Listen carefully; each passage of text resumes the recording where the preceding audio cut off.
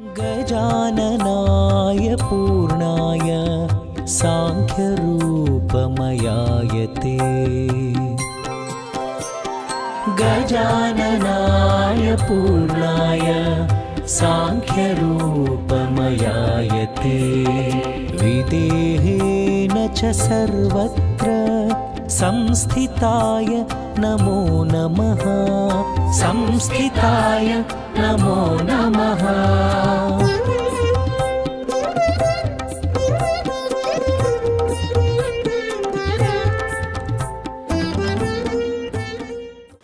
నమస్కారం, welcome to I dream ధర్మ మార్గం కార్యక్రమానికి స్వాగతం.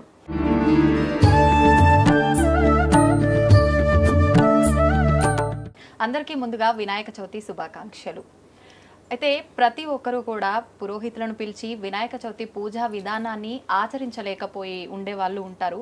వారందరూ కూడా ఇప్పుడు మేము ఏదైతే చేయబోతున్నామో ఈ వీడియో చూసి మీరందరూ పూజ ఎండింగ్ వరకు కూడా ప్రశాంతంగా ఎటువంటి సందేహం లేకుండా చేసుకునే విధానాన్ని అయితే ఇప్పుడు మేము గురుగారితో కలిసి చేయబోతున్నాము. మనకు భాద్రపద మాసం మొదలైందంటే మామూలుగా ఉండదు నవరాత్రుల సందడి అనేది. నిజంగా కొంతమందికి సందేహం ఉంటుంది, నవరాత్రులు అనంటే 9 రాత్రులుగా కౌంట్ చేయాలా, డేస్గా కౌంట్ చేయాలా, ఎలా అని చెప్పి ఇంట్లో పెట్టే వాళ్ళకు కూడా రకరకాల సందేహాలు ఉంటాయి. ఎన్ని రోజులు ఉంచాలి, 1 రోజా 3 రోజుల, ఇలా రకరకాలుగా ఇలాంటి సందేహాలన్నింటినీ కూడా ఇప్పుడు గురుగారితో మాట్లాడి తెలుసుకుందాం. ఈ పూజా విధానాన్ని కూడా సింపుల్గా ఎలా చేసుకోవచ్చో చేసి చూపిద్దాం. నమస్కారం గురుగారు. శ్రీమాత్రే నమః. శ్రీ గురుభ్యో నమః. గురుగారు, మనకు భాద్రపద మాసం మొదలైపోయింది. వినాయక నవరాత్రుల పూజలు ప్రారంభమయ్యాయంటే ఈ 9 రోజులు కూడా మామూలు హడావిడి ఉత్సవంలా జరుపుకుంటాం మనందరం కూడా. అయితే ముఖ్యంగా చాలా మంది పురోహితులను పిలిచి చేసుకోలేని స్థితిలో ఉంటారు. వీలు అవ్వదు కూడా అన్ని చోట్ల పురోహితులు వెళ్ళాలంటే. మనం చేసే ఈ పూజా విధానం వాళ్ళు ఇంట్లో ఈ ఒక్క వీడియో పెట్టుకుంటే కంప్లీట్ పూజ ఎటువంటి సందేహం లేకుండా చేసుకునేటట్టుగా ఉండాలి. తప్పనిసరిగా అమ్మ, ఈ వీడియో చూసే వాళ్ళ అదృష్టం. అలాగే వినాయకుడి పూజ భాద్రపద శుద్ధ చవితి వినాయక చవితి రోజున ఏ విధంగా చేసుకోవాలి అనేది సంపూర్ణంగా మనం చేసి చూపిద్దాం. తప్పనిసరిగా ఈ వీడియో చూసి అందరూ ఇంట్లో చక్కగా ఏ రకమైనటువంటి అనుమానాలు లేకుండా చక్కగా పూజ చేసుకోవచ్చు. అమ్మా స్టార్ట్ చేద్దామా గురుగారు మరి? ఓం గణానాం త్వా గణపతిం హవామహే కవిం కవీనాముపమస్రవస్తమం జ్యేష్ఠరాజం బ్రహ్మణాం బ్రహ్మణస్పదాన శృణ్వన్ నోతిభిः సీదసాదనం ప్రణో దేవీ సరస్వతీ వాజేభిర్వాజనీవతి ధీనామవిత్రియవతు గురుబ్రహ్మా గురుర్విష్ణుః గురుర్దేవో మహేశ్వరः గురుః సాక్షాత్ పరబ్రహ్మ తస్మై శ్రీ గురవే నమః. శ్రీ గురుభ్యో నమః. హరి ఓం. ఏదైనా మనం పూజ ప్రారంభించే ముందుగా మన ఇంట్లో ఉండేటువంటి పెద్దలకు కానీ లేదా కనీసం వచ్చిన పురోహితులకు కానీ ఒక ఫలప్రదానం ఏదైతే మనం సంపూర్ణంగా స్వామివారికి కానీ అమ్మవారికి కానీ పూజ చేసిన తర్వాత వచ్చేటువంటి ఫలాన్ని ఆశిస్తూ మనం పూజ చేస్తూ ఉంటాము. దానికి ముందుగా వచ్చినటువంటి పెద్దలకి తప్పనిసరిగా ఫలప్రదానం అనేటువంటి ఫలాన్ని దానం చేసి ఆ తదుపరి పూజా కార్యక్రమం ప్రారంభించడం అనేది మన ఇది. అంటే దీంట్లో కూడా గొప్ప నీతి ఏంటంటే ఇంట్లో ఉండేటువంటి ప్రతి ఒక్కరిని కూడా గౌరవించిన తర్వాతనే భగవంతుడు అని చెప్పడం. ఇంట్లో ఉన్న తల్లిదండ్రులే మొట్టమొదటిగా మనకు దైవాలు, ఆ తదుపరే నిజమైనటువంటి మనం అనుకుంటున్నటువంటి గణపతి కావచ్చు, అమ్మవారు కావచ్చు, సత్యనారాయణ స్వామి వారు కావచ్చు, ఎవరైనా సరే. కాబట్టి ఇంట్లో ఉన్న పెద్దలకి తాంబూలం ఇవ్వాలి. లేదు అలా కాని పక్షంలో కనీసం వచ్చిన పురోహితులకైనా తప్పనిసరిగా ఇవ్వాలి. చెప్పండి. ఫలం మనోరథ ఫలం పుత్ర పౌత్ర ప్రవర్ధనం యస్మాత్ తస్మాత్ శివం మేచ్ఛ అర్థశాంతిం ప్రయచ్చమే. ఈ ఫలప్రదానంలో కూడా ఇంత గొప్ప నీతి ఉందో చూడండి. ఫలం మనోరథ ఫలం, నా మనోరథాన్ని మీకు ఫలంగా ఇస్తున్నాను అని చెప్పడం. పుత్ర పౌత్ర ప్రవర్ధనం, పుత్రులు పౌత్రులు వంశాభివృద్ధి కలగాలి ఈ యొక్క ఫలప్రదానంతో అని చెప్పి సంకల్పం అన్నమాట. ఈ మంత్రం చెప్తూ ఇవ్వాలి. లేదు మీరు అవకాశం మంత్రం చెప్పుకునేటువంటి అవకాశం లేకపోతే కనీసం ఫలప్రదానం ఎవరికైనా ఇచ్చేసైనా సరే ఇంట్లో పెద్దలకి పూజ ప్రారంభించవచ్చు. ఇప్పుడు మీరు తీసుకోండి. ఫలప్రదానం తుభ్యమహం సంప్రదతే అన్న మమ కల్పోక్త ప్రకారేణ ఫలప్రదాన సంపూర్ణ సకల ఫలావాప్తిరస్తు. అక్షతలు తీసుకొని గణపతి ముందుగా హరిద్ర గణపతి అంటాం, పసుపుతో గణపతిని చేస్తాం. అక్కడ మనకి సంవత్సరానికి ఒకసారి వచ్చేటువంటి వినాయక చవితికి చేసేటువంటి వినాయకుడి పూజ ఏమిటి? వర్షే వర్షే ప్రయుక్త వరసిద్ధి వినాయక స్వామి వారు ఆయన. ఆయనకు పూజ చేయాలన్నా ముందు హరిద్ర గణపతికి తప్పనిసరిగా మహాగణపతికి పూజ చేయాలి.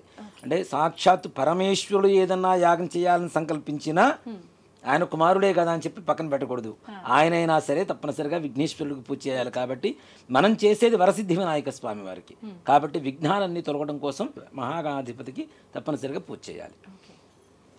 ఓం అయం ముహూర్తస్సు సుముహూర్తకాలే సూర్యాదీనాం నవానాం గ్రహాణాం అత్యంత ఆనుకూల్యతా బలసిద్ధిరస్తు యస్య వో నామ రూపాభ్యాం యా దేవీ సర్వమంగళ తయో సంస్మరణాత్మం సాం సర్వదో జయమంగళం శుక్లాంబరధరం విష్ణుం శశివర్ణం చతుర్భుజం ప్రసన్నవదనం ధ్యాయేత్ సర్వవిఘ్నోపశాంతయే తదేవ లగ్నం సుదినం తదేవ తారాబలం చంద్రబలం తదేవ విద్యాబలం దైవబలం తదేవ లక్ష్మీపదే తేంఘ్రేగం స్మరామి యత్ర యోగీశ్వరః కృష్ణో యత్ర పార్థో ధనుర్ధరః తత్ర శ్రీర్విజయోర్భూతి ధ్రువాని త్రిమతిర్మమ స్మృతే సకల కళ్యాణం భాజనం యత్ర జాయతే పురుషస్తమజన్నిత్యం వ్రజామి శరణం హరిం సర్వదా సర్వకార్యేష్నాస్తి దేశామమంగళం ఏషాం హృదిస్థో భగవాన్ మంగళాయతనం మరిః లాభస్తేషాం జయస్తేషాం కుతస్తేషాం పరాభవః ఏషాం ఇందేవరస్యామో హృదయస్థో జనార్దనః. అక్షతలు తీసుకొని కొద్ది కొద్దిగా గణపతి దగ్గర వేస్తుండండి. ఆపదామపహర్తారం దాతారం సర్వసంపదాం లోకాభిరామం శ్రీరామం భూజో భూజో నమామ్యహం సర్వమంగళమాంగళ్యే శివే సర్వార్థసాధకే శరణ్యే త్రయంబకే దేవి నారాయణి నమోస్తుతే శ్రీలక్ష్మీనారాయణాభ్యా నమః ఉమామహేశ్వరాభ్యా నమః వాణీహిరణ్యగర్భాభ్యా నమః శచీపురందరాభ్యా నమః అరుంధతీ వశిష్ఠాభ్యా నమః శ్రీ సీతారామాభ్యా నమః సర్వేభ్యో బ్రాహ్మణేభ్యో మహాజనేభ్యో నమో నమః. ఒకసారి చేతిలో నీళ్ళు వేసుకొని చేయి కడుక్కోండి అమ్మ. ఆచమ్య 3 సార్లు చేతిలో నీళ్ళు వేసుకొని తాగండి. ఆ గ్లాసుని ప్లేట్లోంచి విడిగా పెట్టుకోండి. ఆచమ్య కేశవాజ స్వాహ, ఓం నారాయణాజ స్వాహ, ఓం మాధవాజ స్వాహ. మరలా చేయి కడుక్కోండి. గోవిందాయ నమః, విష్ణవే నమః, మధుసూదనాయ నమః, త్రివిక్రమాయ నమః, వామనాయ నమః, శ్రీధరాయ నమః, ఋషికేశాయ నమః, పద్మనాభాయ నమః, దామోదరాయ నమః, సంకర్షణాయ నమః, వాసుదేవాయ నమః, ప్రద్యుమ్నాయ నమః, అనిరుద్ధాయ నమః, పురుషోత్తమాయ నమః, అధోక్షజాయ నమః, నారసింహాయ నమః, అచ్యుతాయ నమః, జనార్దనాయ నమః, ఉపేంద్రాయ నమః, హరయే నమః, శ్రీకృష్ణాయ నమః, శ్రీకృష్ణపరబ్రహ్మణే నమో నమః. అక్షతులు వాసన చూసి ఎడం చేతి వైపు నుంచి ఇలా వెనక్కి వేసుకోవాలన్న. ఉత్తిష్టంతో భూత పిశాచాః ఏతే భూమి ఇట్లా ఇట్లా వెనక నుంచి ఇలా చురుకు తగిలేట్టుగా వెనక కొంతమంది ఉంటారు, వాళ్ళకి చురుకు తగిలేట్టుగా వేయాలి. అది కూడా ఎందుకు అంటే ఉత్తిష్టంతో అంటే లేవమని చెబుతున్నాం. ఎవరిని? భూత ప్రేత పిశాచాలని. ఉత్తిష్టంతు భూత పిశాచాః ఏతే భూమి భారకాః. ఎక్కడైతే అక్షతలు వేస్తున్నామో అక్కడి నుంచి లేవమని. మరి అక్షతలు వేస్తే ఎందుకు లేస్తారు? మన జోలికి రాకుండా ఎందుకు ఉంటారు అంటే మనం వాసన చూస్తున్నాం కదా, శ్వాస మనది తగులుతున్నది కాబట్టి అది మన సొంతం అయిపోతాయి. కాబట్టి మన జోలికి రాకుండా అంటే ఇక్కడ భూత ప్రేత పిశాచాలంటే మనకేదో లైవ్లో వచ్చి కూర్చుంటాయని కాదు, మనకు ఉండేటువంటి ఆలోచన విధానం కానీ మన మైండ్లో తిరిగేటువంటి ఒక రకరకాల ఆలోచనలు, అలానే మన చుట్టుపక్కల ఏదైనా వ్రతాలు చేసుకున్నప్పుడు కూడా ఆడవాళ్ళందరినీ కూర్చోబెట్టుకుంటూ ఉంటాం. వాళ్ళు మాట్లాడేటువంటి మాటలు కూడా మన మనస్సులోకి ఎక్కకుండా మనకి ఏకాగ్రత కలగడం కోసం అక్కడ ఉండేటువంటి సూక్ష్మ రూపంలో ఉండేటువంటి భూత ప్రేత పిశాచాలని అక్కడి నుంచి వెళ్ళిపోమని చెబుతున్నాం. ఎందుకు అంటే ఏతే భూమి భారకాః ఏతేషాం. ఎందుకోసం?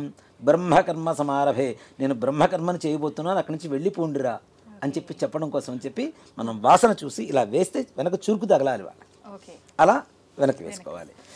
ఉత్తిష్టంతో భూత పిశాచాః ఏతే భూమి భారకాః ఏతేషాం అవిరోధేన బ్రహ్మకర్మ సమారభే ప్రాణాయామే వినియోగః. ప్రాణాయామం అంటే చాలామంది కూడాను ఇలా ముక్కు పట్టుకొని కూర్చుంటారు. అలా కాదు, ఒకవైపు గాలి పీల్చి రెండో వైపు ముక్కులోంచి ఎంతసేపు అయితే పైకి గాలి పీలుస్తున్నామో దానికి రెట్టింపు సమయం అంటే డబల్ టైం కిందకి రెండో ముక్కులోంచి కిందకు వదలాలి. అలా 3 సార్లు చేయాలి. ఒకసారి ఒక ముక్కులోంచి పైకి పీల్చాలి, ఇంకోసారి ఇంకో ముక్కులోంచి పీల్చాలి.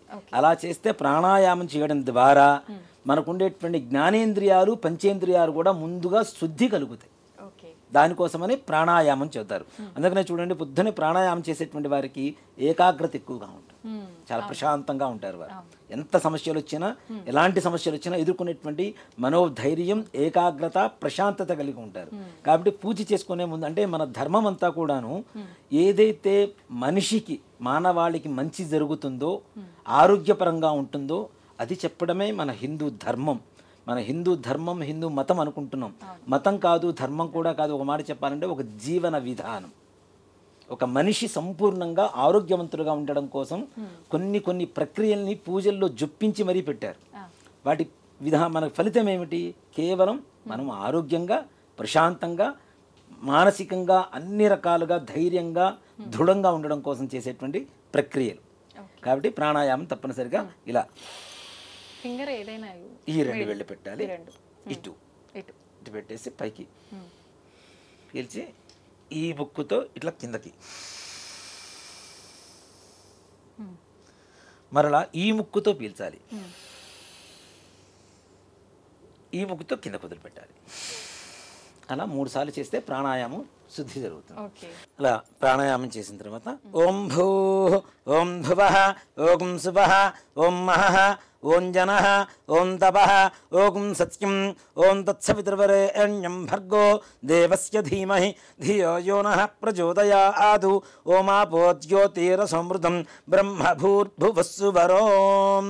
యజమాన్యస్య అక్షతులు చేతిలోకి తీసుకున్నమ్మా. మమ అనుకోండి.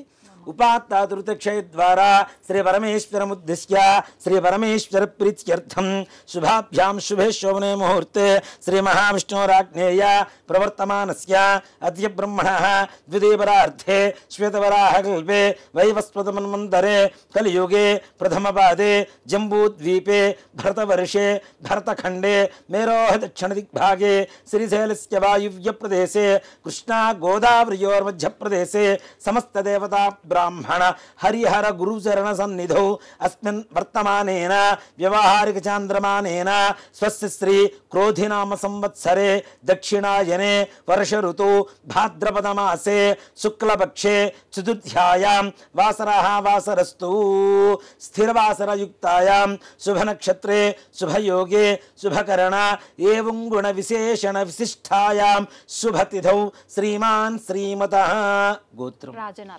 రాజనాల గోత్ర రాజేశ్వరెడ్డి నామధేయ ధర్మపత్నియా విజితా నామదేవత్యా సహ కుటుంబానాం చెప్పండమ్మా మమ అస్మాకం సహ కుటుంబానాం క్షేమ స్థైర్య ధైర్య విజయ అభయ ఆయు ఆరోగ్య ఐశ్వర్య అభివృద్ధి సిద్ధ్యర్థం ధర్మార్థ కామ్యమోక్ష చతుర్విధ ఫల పురుషార్థ సిద్ధ్యర్థం ఇహలోకే ఇంద్ర సమాన మహదైశ్వర్య భావపూర్వక సాగ్ర శతవరుష సుఖేన జీవన సిద్ధ్యర్థం మమ సంకల్పిత సమస్త కార్యేషు సమస్త కాలేషు సమస్త వ్యవహారేషు సర్వత్ర నిర్విఘ్నత సిద్ధి ద్వారా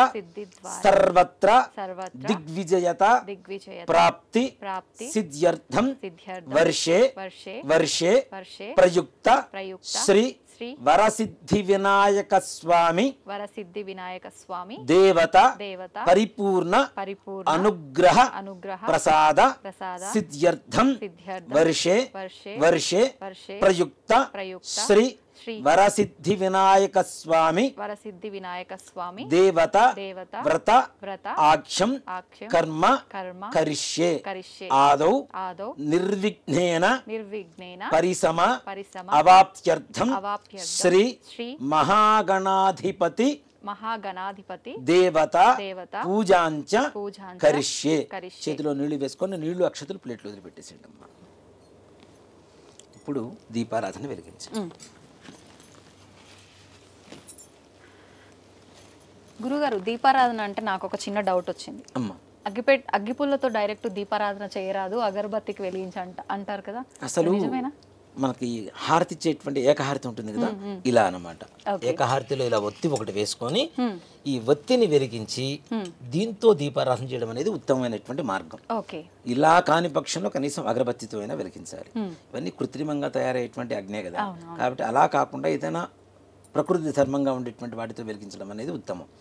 దీన్ని మోహిని దీపం అంటారు. మోహిని దీపం అంటారు. కాబట్టి దీనితో వెలిగించడం అనేది మంచిది. దానివల్ల ఇలాంటి దీపారాధన చేయడం వల్ల సకల ఆకర్షణ యోగం కూడా కలుగుతుందని చెప్పి శాస్త్రాలు చెప్తాం. కాబట్టి మోహిని అంటే మోహనం, మోహించడం అంటే ఆకర్షణ కదా, కాబట్టి మోహిని దీపం అంటారు. కాబట్టి అలా దీపారాధన చేయడం అనేది ఉత్తమం. ఇలా ఏకహారతి పెట్టుకున్నప్పుడు కూడా ఏకహారతి కూడా కొద్ది గంధం పెట్టి కుంకుమ బొట్టు పెట్టి వెలిగించి వాటితో దీపారాధన వెలిగించడం అనేది ఉత్తమమైనటువంటి మార్గం. అయితే గురుగారు ఇప్పుడు ఇట్లా ప్రత్యేకమైన పూజలు అప్పుడైనా నిత్య దీపారాధన కూడా అలా వెలిగించవచ్చు. ప్రతినిత్యం కూడా తప్పనిసరిగా ఇలానే దీపం వెలిగించాలి. ఓకే, ఇప్పుడు బొట్టు పెట్టేసి గజాననాయ పూర్ణాయ సాంఖ్యరూపమయాయతే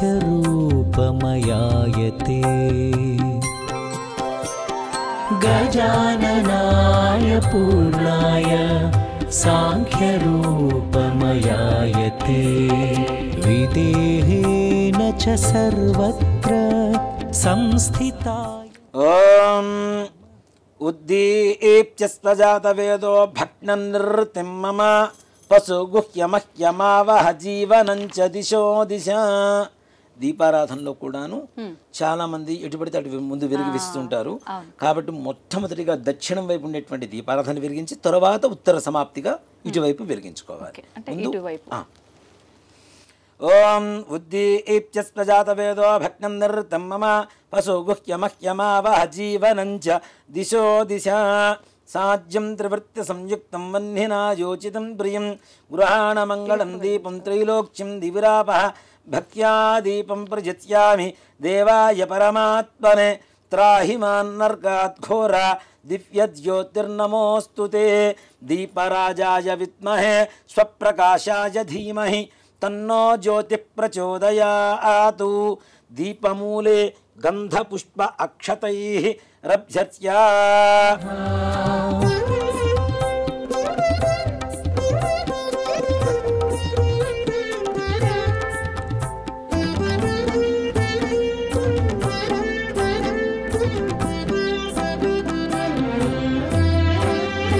అమేయాయ చ హేరంబా పరశుధారకాయతే. గురుగారు ఒత్తుల విషయంలో కూడా ఎన్ని ఒత్తులు వేయాలి? 2 ఒత్తులు కలిపి ఒక ఒత్తిలా చేయాలా, లేదంటే అసలు ఏ రకంగా మనం చేసుకున్న ఒత్తులు మనం అంటే పత్తి తెచ్చుకొని మనం చేసుకున్న ఒత్తులతో చేయాలా, రెడీమేడ్ దొరుకుతున్నాయి కదా అలా చేయాలి, ఎలా చేస్తే పుణ్యం వస్తుంది? రకరకాల ఆలోచనలు. పత్తి పంట ఇంట్లో పూర్వకాలంలో పత్తి చెట్లు ఉండేవి చక్కగా. దీంట్లో పత్తిలో కూడా 2 రకాలు ఉంటాయి, పమిడి పత్తి, మొహవుల పత్తి. పమిడి పత్తి అనేటువంటిది కార్తీక మాసంలో ఆ పత్తితో దీపారాధన చేయడం అనేది చాలా విశేషంగా ఉంటుంది. నిత్యం చేసుకునేటువంటి దీపారాధనకి మనం వాడేటువంటి దూది ఎలా ఉండాలి? మనం పంట పొలాల దగ్గర నుంచి తెచ్చుకోవాలి, లేదు మన ఇంట్లో ఉండే వాటితో తెచ్చుకోవాలి. ఇప్పుడు అలాంటి అవకాశం ఉందా? లేదు. కాబట్టి కనీసం కృత్రిమంగా దొరుకుతున్నటువంటి వాటితో అయినా సరే మనం సర్దుబాటు చేసుకోవచ్చు. కనీసం అంటే 2 ఒత్తులు వేసి చేయాలి. అది కూడాను ఒక్కొక్క జ్యోతిలో 3 ఒత్తులు ఉండాలి. 3 ఒత్తులు అంటే ఇప్పుడు దీంట్లో 3 సాధ్యం త్రివర్తి సంయుక్తం. శ్లోకంలోనే మనకి స్పష్టంగా చెప్తున్నారు ఎలా దీపారాధన చేయాలి అనేటువంటిది. 3 అంటే 3, 3 అంటే ఇంగ్లీష్ కాదు, త్రీణి అనేటువంటిది సంస్కృత పదం. త్రీణి అనేటువంటిది వర్తి, ఒత్తులు 3 ఒత్తులు వేసి దీపారాధన చేయమని శాస్త్రం చెబుతుంది. దాని ద్వారా ఇంట్లో ఉండేటువంటి సకల చీకటి ఏదైతే ఉందో ఆ వెలుగు ద్వారా వెళ్ళిపోమని, వెలుగు రావాలి, చీకటి మొత్తం వెళ్ళిపోవాలి అనేటువంటి దాంతో సాధ్యం త్రివృత్త సంయుక్తం వన్నినా యోజితం ప్రియం గృహాణ మంగళం దీపం త్రైలోక్యం దివిరాపః. 3 లోకాలలో దీపారాధన చేస్తే ఎలాంటి పుణ్యం వస్తుందో ముల్లోకాలలో అలాంటి ఫలితం ఈ యొక్క దీపారాధన వల్ల నాకు రావాలి అని చెప్పేదే ఈ యొక్క శాస్త్ర పరమార్థం మంత్రానికి. కాబట్టి ఈ విధంగా దీపారాధన చేసుకోవడం మంచిది. అయితే గురుగారు అసలు ఎందుకు దీపం వెలిగిస్తాం? సరే, దీపం ఎందుకు వెలిగించాలి? మొట్టమొదటిగా చెప్పాలి అంటే పూర్వకాలంలో దీపారాధన చేయటం అనేటువంటిది దేవతలకి, అంటే చీకట్లో ఏ పని చేయకూడదు. మొట్టమొదటిగా ఓకే. మనం అన్నం తినటం, వంట చేయటం. అన్నం తినేటప్పుడు కూడా చీకటిగా ఉంటే ఏం తింటున్నామో తెలియదు. తెలియదు. వంట చేసేటప్పుడు చీకటిగా ఉంటే ఎంత ఉప్పు వేస్తున్నామో తెలియదు, ఎంత పప్పు వేస్తున్నామో తెలియదు. అవును, అవును. అలాగే దేవతలకి పూజ చేసేటప్పుడు ఎంత జాగ్రత్తగా ఉండాలి. దేవతలకి ఇప్పుడు బొట్టు పెట్టేటప్పుడు మనం నుదుటిన బొట్టు పెడుతున్నామా దేవతలకి, లేదంటే తొండానికి పెడుతున్నామా, ఎక్కడ పెడుతున్నామో కూడా తెలియని దీంట్లో ఉంటాం. దాంతోపాటు వెలుగును పంచుతూ ఉంటుంది. ముఖ్యంగా దీపారాధన నువ్వుల నూనెతో చేస్తే ఒక రకమైనటువంటి ప్రయోజనం, ఆవు నెయ్యితో చేస్తే ఇంకో రకమైనటువంటి ప్రయోజనం ఉంటుంది.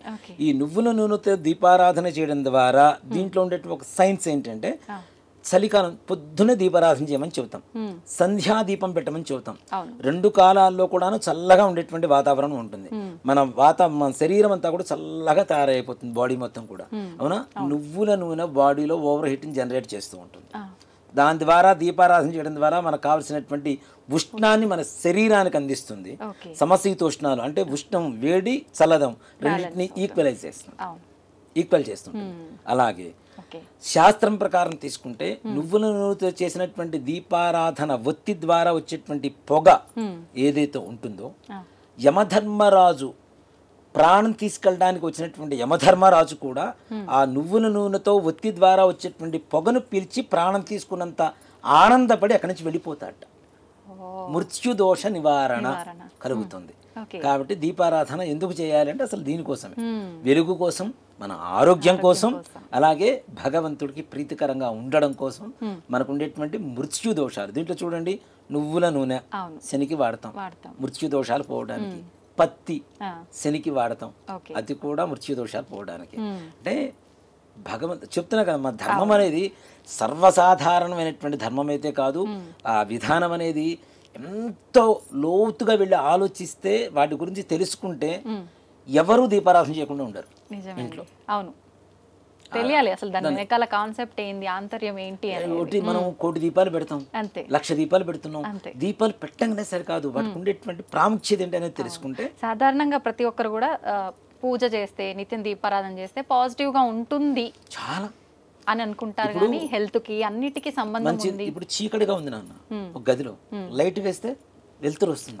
అలాగే ఇక్కడ దేవుడి దగ్గర దీపం పెడుతున్నాం కదా, మన జీవితంలోకి వెలుగు రావడం కోసం పెడుతున్నాం. మనం అన్ని దేవుడి కోసం చేస్తున్నామని మనం చెబుతాం. దేవుడికి చేసేటువంటి ప్రతి ఒక్కటి మన కోసం మనం చేసుకునేటువంటి పూజ. ఆయనకి చేస్తున్నాము అంటే మనకు చేసుకుంటున్నాం అంతే. అది గురుగారు, ఇప్పుడు వినాయక చవితి రోజు కూడా గణపయ్య ముందు కొంతమంది అఖండ దీపం అని చెప్పి మట్టి ప్రమిదలో పెడుతుంటారు. అలా పెట్టాలా ఖచ్చితంగా? అలా ఏం లేదమ్మా, 9 రోజులు అలా గణపతి నవరాత్రులు మొత్తం 9 రోజులు కూడా పెట్టుకునేటువంటి విధానం ఉంటే పెట్టుకోవచ్చు. ఒక మాట చెప్పాలి అంటే, ఇంట్లో చేసుకునేటువంటి పూజా విధానానికి అఖండంతో సంబంధం లేదు. నిత్యం దీపారాధన, ఉదయం దీపారాధన చేస్తాం. మరలా చాలా మంది ఏం చేస్తారంటే, వినాయక చవితి పూజ చేసిన తర్వాత ఉదయం పూట, సాయంత్రం పూట వదిలేస్తారు. మరలా సంధ్యా సమయంలో కూడా ఆయనకి దీపారాధన పెట్టవలసిందే తప్పనిసరిగా. మరుసటి రోజు పొద్దునే విసర్జన చేస్తాం కదా, తీసుకెళ్ళి నిమజ్జనం చేయడానికి తీసుకెళ్తాం కదా. ఈ నిమజ్జనం చేయడానికి ముందు కూడా తప్పనిసరిగా దీపారాధన చేసి, అవసర నైవేద్యం ఏదైనా పంచదార కావచ్చు, బెల్లం కావచ్చు, పండు కావచ్చు, ఫలం కావచ్చు, ఏదైనా నివేదన పెట్టిన తరువాతనే అక్కడి నుంచి స్వామివారిని యథాస్థానం చెప్పి మనం నిమజ్జనం చేయడానికి తీసుకెళ్ళాలి తప్పనిసరిగా. నెక్స్ట్ పూజా విధానం తప్పనిసరిగా. దీపరాజాయ విద్మహే స్వప్రకాశాయ ధీమహి తన్నో జ్యోతి ప్రచోదయాదు. దీపమూలే గంధపుష్ప అక్షతైరభ్యర్చ్య. మనం ముందుగానే దీపారాధనకి బొట్టు పెట్టాం కాబట్టి ఎవరైనా అవకాశం ఉన్నవాళ్ళు ముందుగా పెట్టుకోవచ్చు. లేదు కనీసం దీపారాధన చేసిన తర్వాత అయినా సరే కుంకుమ గంధం తప్పనిసరిగా దీపారాధన 3 చోట్ల బొట్టు పెట్టడం అనేది సంప్రదాయంగా చేయాలి అమ్మా. తంగా కలశారాధనం కరిష్యే. ఈ 2వ చెంబు ఒకటి తీసుకోవాలి. ఇందాక మనం ఆచమనం చేసినటువంటి పంచపాత్ర ఏదైతే ఉందో అది ఎంగిలిపోయింది కదా, మనం నీళ్లు తీసుకొని తాగేసాం కదా, కాబట్టి అవి ఎంగిలిపోయింది. దేవుడికి చేసేటువంటి పూజలో వాడేటువంటి నీళ్లు ఎలా ఉండాలంటే, వేరే కలశంలో ఒక చెంబులో కానీ గ్లాసులో కానీ తప్పనిసరిగా నీళ్లు తీసుకొని దానికి చుట్టూ గంధం పూసి కుంకుమతో బొట్టు పెట్టండి. కలశస్థముఖే విష్ణు కంఠే రుద్రస్తమాశ్రిత మూలే తత్రశ్రుతో బ్రహ్మ మధ్యే మాతృగణాస్పృతా కుక్షౌతు సాగరా సర్వే సప్తద్వీపావసుంధర ఋగ్వేదోధ ఇజర్వేద సామవేదోహ్యధర్వణ అంగై సహితా సర్వే కలశామ సమాశ్రితా. ఈ తమలపాకున్నాను ఇలా తీసుకొని ఇలా పోల్చి పట్టుకోవాలి. ఓకే.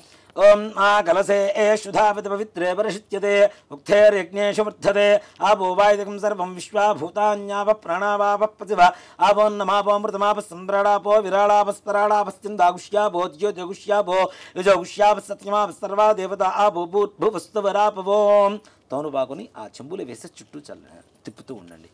గంగే జమునే కృష్ణ గోదావరి సరస్వతి నర్మదే సింధు కావేరీ జలేస్మిన్ సన్నిధిం కురు కావేరీ తుంగభద్రా చ కృష్ణ విన్యాస గౌతమి భాగీరథీ చ విఖ్యాత పంచగంగా ప్రకీర్తితా. అంటే ఆ కలశం మనం పెట్టిన తర్వాత కలశంలో ఎవరెవరు ఉన్నారు అంటే కలశస్య ముఖే విష్ణు కంఠే రుద్ర సమాశ్రిత మూలే తత్రశ్రుతో బ్రహ్మ విష్ణు మహేశ్వరులు ఉన్నారు. మధ్య మాతృగణాస్మృత మధ్యలో గణపతి కూడా ఉంటారట ఆ కలశంలో. అలాంటి కలశంలో నీళ్లు పోసాం కదా అవి పవిత్రంగా అవుతున్నాయి. ఎలా అవుతున్నాయి? పంచగంగలు గంగే యమునే చేవ గోదావరి సరస్వతి నర్మదే సింధు కావేరి జలేస్మిన్ సన్నిధిం కురు. ఈ పంచగంగలు అంటాం. ఈ 5 గంగలు కూడా దాంట్లో ఉన్నట్టుగా భావన చేసుకుంటే ఆ నీళ్లు అత్యంత పవిత్రంగా మారుతూ ఉన్నాయి. కాబట్టి ఆ కలశంలో విష్ణుమూర్తిని బ్రహ్మని ఈశ్వరుని గణపతిని ఉన్నారు కాబట్టి వాళ్ళకి ఇందాక మనం ఇట్లా చేపెట్టాం కదా ప్రాణప్రతిష్ఠ చేసినట్టు. చేసిన తర్వాత దాంట్లో ఎలాంటి నీళ్లు పోయారు అంటే పంచగంగల నుంచి తీసుకొచ్చినటువంటి నీళ్లను వాడాలని. మనం తీసుకురాలేం కాబట్టి ఏదైతే మంత్రంతో శుద్ధి జరుగుతుందో అవే పంచగంగలుగా మారుతూ ఉంటాయి. కాబట్టి అలాంటి నీళ్లతోనే భగవంతుడు పూజ మొత్తం చేయాలి. అలాగే ఇది కలశ ఆరాధన అంటారు. కలశం అంటే దేవుడి ముందు పెట్టేటువంటి కలశం వేరు, కలశ ఆరాధన వేరు. ఈ కలశారాధన ఏదైతే చేస్తామో పూజ అయిపోయేంత వరకు దాన్ని కదిలించకూడదు. ఈ కలశం దాన్ని ఉత్తర కలశం అంటారు. అలాగే కలశ ఆరాధన అంటారు. ఆ కలశాన్ని కదిలించాము అంటే పూజ పూర్తయిపోయినట్టే లెక్క. ఓకే. మామూలుగా అందరం అనుకుంటాం దేవుడి ముందు పెట్టే కలశం అది కాదు. ఇది కదిలిస్తే మాత్రం తప్పనిసరిగా పూజ పూర్తి అయిపోయినట్టే లెక్క. కాబట్టి ఈ కలశారాధన అంటే పంచగంగలు వచ్చి అక్కడ ఉన్నాయి కదా, మరి ఆ నీళ్లను మొత్తం వాడుకోవాలంటే ఒకసారి కదిలిస్తే అయిపోయినట్టే కదా. అంటే అప్పటికి పూజ సమాప్తం కాకముందే మనం తెలియక కదిలించినాం అనుకోండి గురుగారు, అది ఇంకా లెక్కలోకి రాదు. కాబట్టి ఇప్పటి నుంచైనా కనీసం ఇప్పటి నుంచైనా అలా కలశారాధన చేసినటువంటి కలశాన్ని మాత్రం చెంబును మాత్రం అక్కడి నుంచి కదిలించడం అనేది మాత్రం నిషేధం. ఈ పూజా ద్రవ్యాన్ని నిలుచాలండి నాన్న. కలశోదకేన పూజా ద్రవ్యాన్ని సంప్రోక్ష్య దేవం ఈ గణపతి మీద చల్లండి, మీ చల్లుకోండి. ఆత్మాంత్య సంప్రోక్ష్య పూజా ద్రవ్యాల మీద చల్లాం. తీసుకొచ్చిన ఏదైతే ప్రతిమ ఉందో గణపతి ఉన్నాడో వాళ్ళ మీద చల్లాం. ఆత్మాంత్య సంప్రోక్ష మనం సంప్రోక్షణం అయ్యాం. ఇప్పుడు శుద్ధి పొందాం. ఇప్పుడు దేవత పూజ చేయడానికి అర్హత కలుగుతుంది మనకి. అదే దేవం సంప్రోక్ష్య ఆత్మాంత్య సంప్రోక్ష్య తదంగ ప్రాణప్రతిష్టాపనం కరిష్యే. కొద్దిగా అక్షతలు తీసుకొని గణపతి దగ్గర వెళ్ళినా అని చెప్పినప్పుడు ఓం గణానాన్వా గణపతి కుంభవామహే కవిం కవీనాముపమస్రవస్తమం జ్యేష్ఠరాజం బ్రహ్మణాం బ్రహ్మణస్పద ఆనశృణ్వన్నోతిభిస్సీత సాదనం హరిద్రబింబేస్మిన్ శ్రీమన్మహాగణాధిపతిమావాహయామి స్థాపయామి పూజయామి. గణపతిని రమ్మని చెప్పి పిలిచాం. ఆవాహయామి స్థాపయామి పూజయామి. ఇప్పుడు తమలపాకు తీసుకుని అలా బోలిచ్చి ఆయన మీద అలా పట్టుకోండి. ఓం అసనీతే పునరస్మాశ పునః ప్రాణమిహనో దేవోకం జోక్పస్సే మసూర్యముచరోద వనముదే ప్రళయ ఆనస్తస్తి అమృతం వై ప్రాణామృతమాప ప్రాణానే వైధాస్థాన ముపక్వయతే. అక్షతలు తీసుకోండి, చెప్పండి. స్వామిన్ సర్వ జగన్నాథ యావత్ పూజ వసానకం తావత్వం ప్రీతి భావేన బింబేస్మిన్ సన్నిధిం కురు. అయ్యా వచ్చి కూర్చోవయ్యా అని చెప్పడం. అక్కడ అక్షతలు వేయండి. స్థిరో భవ వరదో భవ సుముఖో భవ సుప్రసన్నో భవ స్థిరాసనం గురు. ధ్యానం. వచ్చిన గణపతికి నమస్కారం చేసుకోండి. ఓం శుక్లాంబరధరం విష్ణుం శశివర్ణం చతుర్భుజం ప్రసన్నవదనం ధ్యాయేత్ సర్వ విఘ్నోపశాంతయే. అక్షతలు తీసుకొని గణపతి దగ్గర వేయండమ్మా. శ్రీమన్మహాగణాధిపతయే నమః. ధ్యాయామి, ధ్యానం సమర్పయామి, ఆవాహయామి. మరలా కొద్దిగా అక్షతలు. ఆవాహయామి సువర్ణరత్న ఖచిత హేమ సింహాసనం సమర్పయామి. తమలపాకుతో నీళ్లు అలా చూపించేసి ఆ ప్లేట్లో 3 సార్లు వదిలిపెట్టాలి. పాదయో పాద్యం సమర్పయామి, హస్తయో అర్ఘ్యం సమర్పయామి, ముఖే ఆచమనీయం సమర్పయామి. గణపతి వచ్చాడు, ప్రార్థన చేశాం. ఆయనకి ఏం చేయాలి? హస్తయో అర్ఘ్యం చేతులు కడుక్కోవడానికి నీళ్లు, పాదయో పాద్యం కాళ్ళు కడుక్కోవడానికి నీళ్ళు ఇచ్చాం, ముఖే ఆచమనీయం తాగడానికి మంచినీళ్ళు ఇచ్చాం. మనం ఇంట్లో నిత్యం ఒక బంధువులు కానీ మనం కానీ చేసుకునేటువంటి ప్రక్రియలు ఏవైతే ఉన్నాయో ఉపచారాలన్నీ కూడాను వాటిని షోడశ ఉపచారాలు అంటారు. పొద్దున పుట్టినప్పటి నుంచి అంటే మనం పొద్దున లేచినప్పటి నుంచి పడుకునేంత వరకు చేసుకునేటువంటి 16 రకాల ఉపచారాలే భగవంతుడికి మంత్రంతో చేస్తాం కాబట్టి షోడశ ఉపచార పూజ అంటాం గణపతికి చేసేటువంటి దాన్ని కూడా. ఇప్పుడు ఈ రకంగా చెయ్యకపోతే ఆ పూజ లెక్కలోకి రాధా గురువు గారు ఇప్పుడు ఆచమనం ఇవన్నీ చేయకపోతే యద్భావం తద్భవతే. ఒక మాట చెప్పాలంటే భక్తి ఉండాలి. అవును, ఇవన్నీ చేసినప్పుడు కూడా భక్తి లేకపోతే వృధా కదా. వృధా అంతే. భక్తితో కన్నప్ప మాంసం పెట్టినా ఈశ్వరుడు స్వీకరించాడు. అవును, అలాంటి భక్తి లేనప్పుడు ఎన్ని పెడితే ఉంటుంది, ఎన్ని చేస్తే ఉంటుంది. అంతే. కాబట్టి భక్తి ఉండాలి తప్పనిసరిగా. అవకాశం ఉన్నంత వరకు శాస్త్రీయమైనటువంటి పద్ధతిలో చేసుకోవాలి అంటే ఇలా చేసుకోవచ్చు. ఇలా మాకు చేత కాదు, మాకు అర్థం కావట్లేదు అనుకునేటువంటి వాళ్ళు కూడా ఎలా వాళ్ళ భక్తి ఎలా ఉంటే ఆ భక్తి ప్రకారం వాళ్ళు చేసుకోవచ్చు. స్వామివారికి నీళ్లు తాగుతావా అంటే తాగుతాడు కూడా ఆయన. తాగించేంత భక్తి మన దగ్గర ఉండాలి, తప్పనిసరిగా తాగుతాడు ఆయన కదా. కాబట్టి భక్తితో చేయడం అనేది ప్రధానం. భక్తి లేకుండా ఎన్ని చేసినా ఏం చేసినా వృధా కిందకే వస్తుంది. ముఖ్య ఆచమనీయం సమర్పయామి అయిపోయింది కదా. ఔపచారక స్నానం చేయించడం స్వామి వారికి నీళ్లు చల్లండి కొద్దిగా. ఓం మా భోయిష్ఠామయో భోస్తాన ఊర్జేత ధాతన మహేరణాయ సక్షసే యోవశ్చివతమూరసస్తస్య భాజేతే హనః ఉషతీరవ మాతరః తస్మా అరంగమామవో యస్సక్షయా జజన్వథ ఆపో జనయథా జనః. ఇది శుద్ధోదక స్నానం సమర్పయామి. మరలా నీళ్ళు అక్కడ చూపించేసి ప్లేట్లో వదిలిపెట్టేసండి.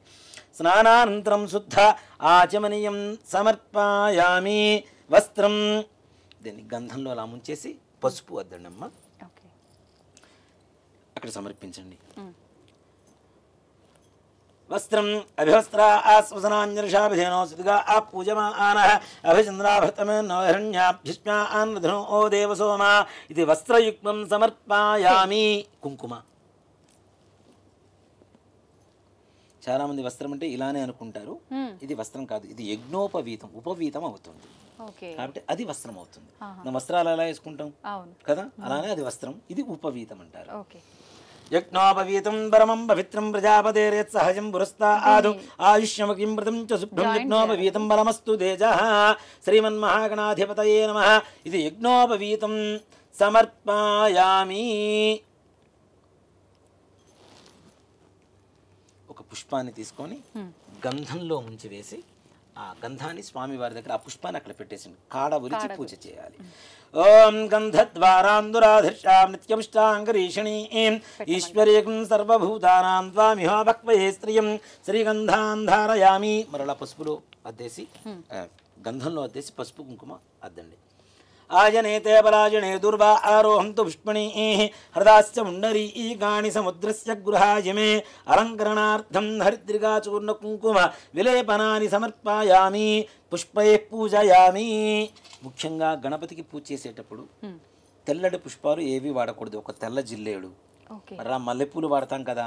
అంటే వినాయక చవితి రోజున మాత్రమే మల్లెపూలు వాడాలి, కానీ మిగిలిన రోజుల్లో తెల్లటి పుష్పాలు ఏదైనా వాడాలి అంటే తెల్ల జిల్లేడు మాత్రమే వాడాలి.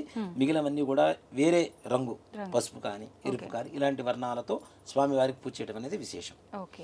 ఇలా ఈ పుష్పాలు తీసుకొని పూజ చేస్తూ ఉండండి. ఓం సుముఖాయ నమః. ఓం ఏకదంతాయ నమః. ఓం కపిలాయ నమః. ఓం గజకర్ణకాయ నమః. ఓం లంబోదరాయ నమః. ఓం వికటాయ నమః. ఓం విఘ్ననాజాయ నమః. ఓం ధూమకేతవే నమః.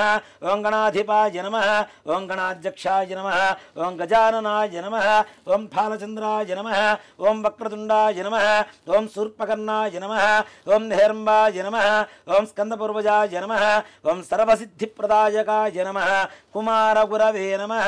శ్రీమన్మహాగణాధిపతయే నమః. నానావిధ పరిమళ పత్ర పుష్ప అక్షతాని సమర్పయామి. 2 అక్షతలు కూడా సమర్పించండి. ధూపం మ్యాచ్ బాక్స్ తీసుకోండి. ఓం వనస్పత్యుర్భవేర్దివ్యేర్నానాగంధే సుసంయుతం ఆగ్రేయస్సర్వదేవానాం ధూపోయం ప్రతిగృహ్యతాం. శ్రీమన్మహాగణాధిపతయే నమః. ధూపమాఘ్రాపయామి. సాజ్యం త్రివర్తి సంయుక్తం వన్నినా యోచితం ప్రియం గృహాణమంగళం దీపం త్రైలోక్యం దివిరాపః భక్త్యా దీపం ప్రేత్యామి దేవాయ పరమాత్మనే త్రాహి మాన్ నరకాత్ ఘోర దివ్య జ్యోతిర్నమోస్తు తే. 2 అక్షతలు దీపారాధన దగ్గర వేసి నమస్కారం చేసుకోండి. శ్రీమన్మహాగణాధిపతయే నమః. సాక్షాత్ ప్రత్యక్ష దీపం దర్శయామి. ధూపదీపానంతరం కొద్దిగా నీళ్ళు అక్కడ చూపించేసి ప్లేట్ వదిలిపెట్టేసాను నన్ను తమలపాకు. ధూపదీపానంతరం శుద్ధ ఆచమనీయం సమర్పయామి. నైవేద్యం ఓం భూర్భువస్సువః. కొద్దిగా నీళ్లు చల్లనమ్మ ఈ అరటిపండు మీద. ఈ అరటిపండు లేదంటే బెల్లం పెట్టుకుంటే ఇంకా మంచిది. గణపతికి చాలా ప్రీతికరం కాబట్టి గణపతికి బెల్లం నివేదన, గుడ నివేదన అనేది చాలా ప్రీతికరం. ఏదైనా మనోభీష్టం నెరవేరాలి అంటే గణపతికి బెల్లం సమర్పిస్తే నెరవేరుతుందట. కాబట్టి బెల్లం నివేదన పెట్టవచ్చు. అలా దొరకని పక్షంలో ఏదైనా పండు కానీ ఫలం కానీ ఏదైనా సరే.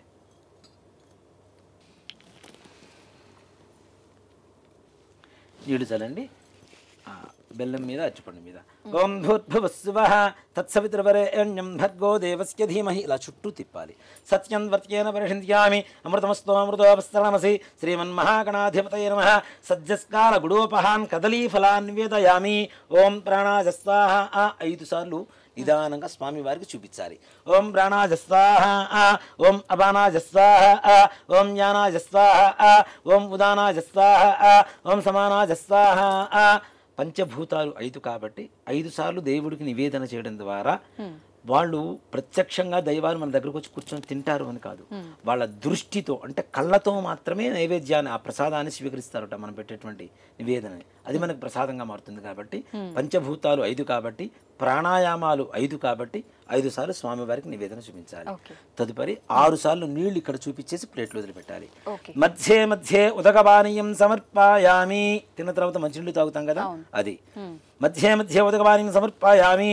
అమృతాభిధానమసి. ఇందాక నీళ్ళు ఇలా చుట్టూ తిప్పారు కదా, ఇప్పుడు ఇలా వెనక్కి తిప్పాలి.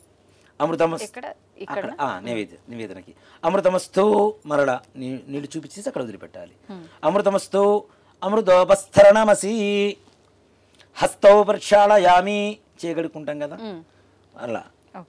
పాదౌ ప్రక్షాళయామి. తిన్న తర్వాత చేయగడుకుంటాం, కాళ్ళు కడుక్కుంటాం. అలానే పాదౌ ప్రక్షాళయామి. అన్ని తిన్న తర్వాత కొద్దిగా మంచినీళ్ళు తాగుతాం. శుద్ధ ఆచమనీయం సమర్పయామి. తాంబూలం తిన్న తర్వాత ఏం చేస్తాం? తాంబూలం తింటాం కదా, ఇది కూడా అంతే. స్వామి వారికి ఇలా తాంబూలం పెట్టేసి అలా స్వామి వారికి చూపించేసి అటు పక్కన పెట్టేసేయండి. పూగీవలైస్తగర్పూరేర్నాగవల్లీధళైరుచితం ముక్తాచూర్ణ సమాయుక్తం తాంబూలం ప్రతిగృహ్యతాం. తాంబూలం సమర్పయామి. తాంబూల ఆచరణానంతరం మరలా కొద్దిగా నీళ్ళు అక్కడ చూపించేసి వదిలిపెట్టాలి. తాంబూల ఆచరణానంతరం శుద్ధ ఆచమనీయం సమర్పయామి. కర్పూర ఆనందమంగళ నీరాజనం. తాంబూలం సమర్పయామి. తాంబూలాచరణానంతరం శుద్ధ ఆచమనీయం సమర్పయామి. కర్పూర ఆనందమంగళ నీరాజనం.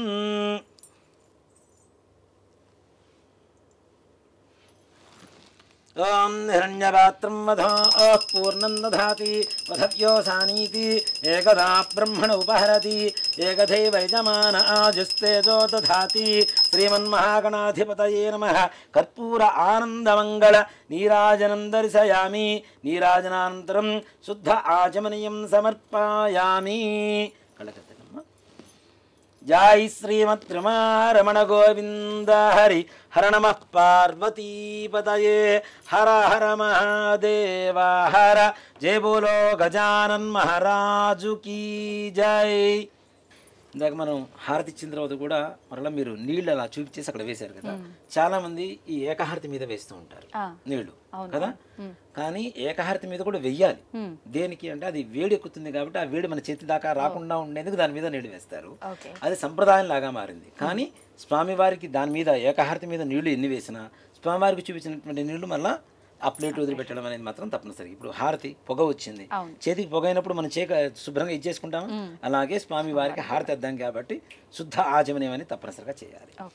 మంత్రపుష్పం సుమకస్తేక దంతశ్చ కవిలో గజకర్ణక లంబోదరస్య వికటో విఘ్నరాజో. అక్షతలు ఓం సుముఖస్తేకదంతస్యాగమిలో గజకర్ణకః లంబోదర్స్య పుడో విఘ్నరాజోగణాధిపः ధూమకేతుర్గణాధ్యక్షపాల చంద్రోగజాననः వక్రతుండః హేరంబస్కందపూర్వజः షోడశైతాని నామాని పడేచ్చునియాదిభిः విద్యారంభే వివాహే చ ప్రవేశే నిర్గమే తదా సంగ్రామే సర్వకార్యేషు విఘ్నస్తస్య న జాయతే తత్పురుషాయ విద్మహే వక్రతుండాయ ధీమహి తన్నో దంతిః ప్రచోదయాదు శ్రీమన్మహాగణాధిపతయే నమః పాదారవిందయోః దివ్య సువర్ణ మంత్ర పుష్పాంజనం సమర్పయామి.